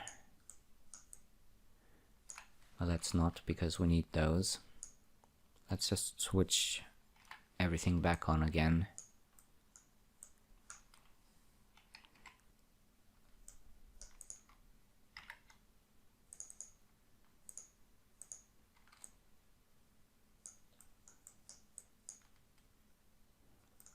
Let's go to the top view, use the knife tool, make a cut here, get rid of these edges.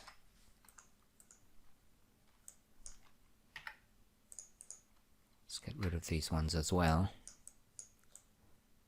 Let me just undo that and redo. I just wanted to make sure that I didn't delete edges that I actually need, but we can get rid of these. So let's unsolo everything again, and I'll just select these edges here at the top and make sure that they stick through the roof here.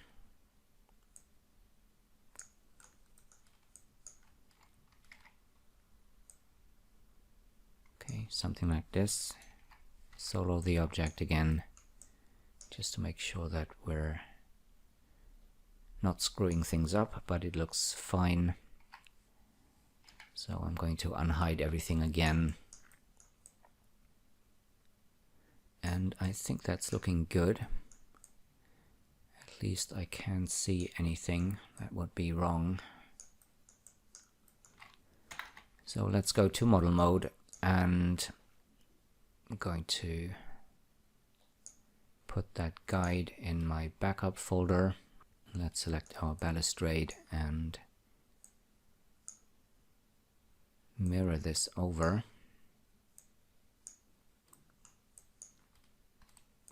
I'll keep another backup of this. Make this editable.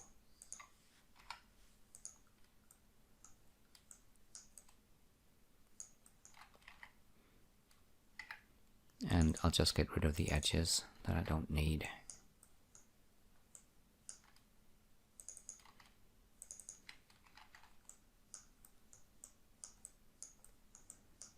Okay, let's do a quick render and see how that looks.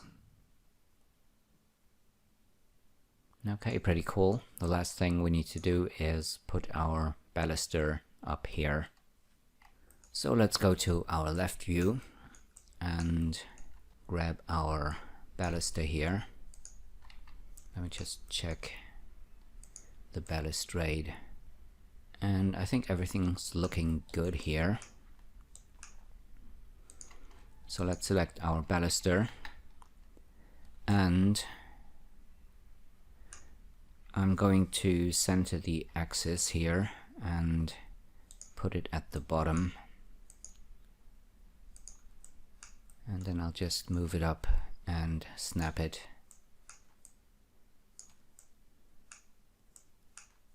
to here for now.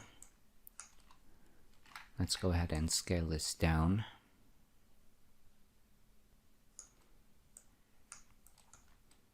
Let's just select the balustrade, and I'll select these two edges, and you can see these are 72.997. So I'm going to just copy that and select the top and bottom edges of our baluster, and I'll move the object axis down temporarily to the bottom edge and switch off the axis and change the size. And I'll go back and move the axis back to the bottom of the baluster again. So now it should fit right in between this gap here, and I'll move it over to about here. And then I'm going to put it in a cloner, and let's clone this along the z-axis and add a couple of copies. So that's looking good. And what I forgot to do is we also need to center this on this polygon here. So let's go ahead and solo these two objects here, and I'll select my cloner and move it over. Let's go to the top view, and I'll move that over and put it about at the center here. We could use axis extension and snap to the midpoint on this edge to make this perfect.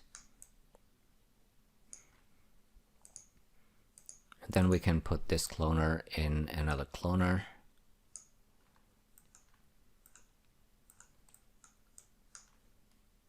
And again, clone along the z-axis.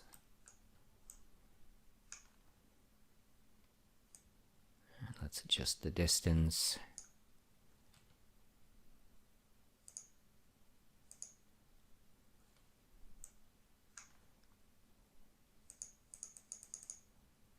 something like this, and we need one more clone.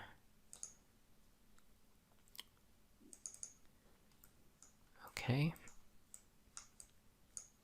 so that's looking good, and let's rename this to balusters, and I'll make this editable again. And it seems I deleted the selection tag. Let's go to edge mode.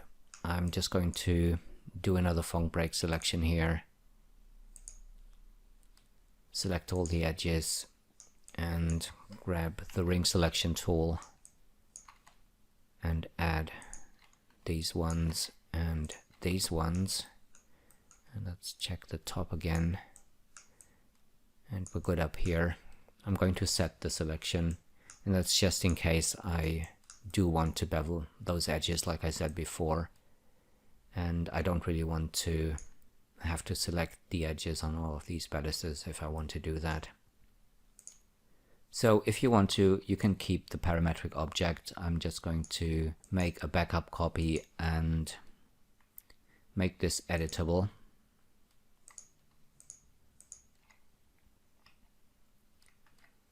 And I'm going to select all of these objects here and use connect objects and delete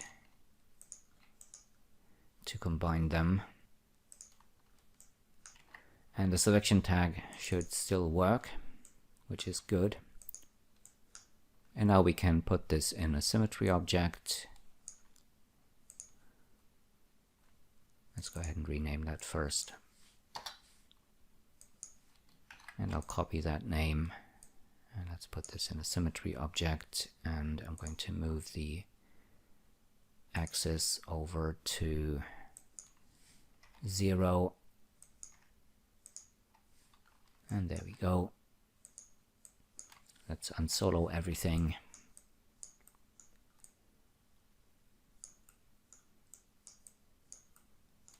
And let's do a render to see how that looks.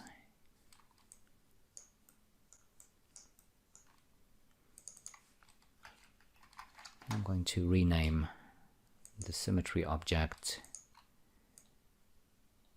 put both of these into our center structure null object, and we don't need this one anymore, so I'm just going to delete it and save the file.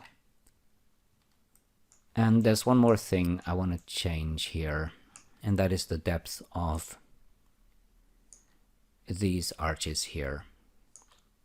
Let's go ahead and select the sidewall null object, not the null object, the polygon object. And I'm going to do a ring selection here and over here, and I'll connect these edges. And in the front view, I'm going to, let's see, I think I'll just loop select these edges here. Let's switch off snapping. And also the ones down here, hit UF so I can make a selection, a polygon selection like this. And then in the front view, I'm going to switch on the axis and snapping, and I'm going to again temporarily move the object axis to here, I wanted to say, but actually that is not how this is going to work. Let me just check this again. So actually I just need, let me switch that snapping off again. I need this edge loop here and this one, and then hit UF so I can select these polygons. And now I can move the object axis and snap it to here, switch off enable axis, and then move all of these polygons back and snap them to the edges that we've created here. And I'll do the same thing on the other side here. So let's loop select these edges here and these ones, UF, then select these polygons, switch on enable axis and snapping, and grab the move tool and move the axis and snap it to here. And then let's go ahead and move these polygons back and snap them to here. Deselect everything and optimize the object.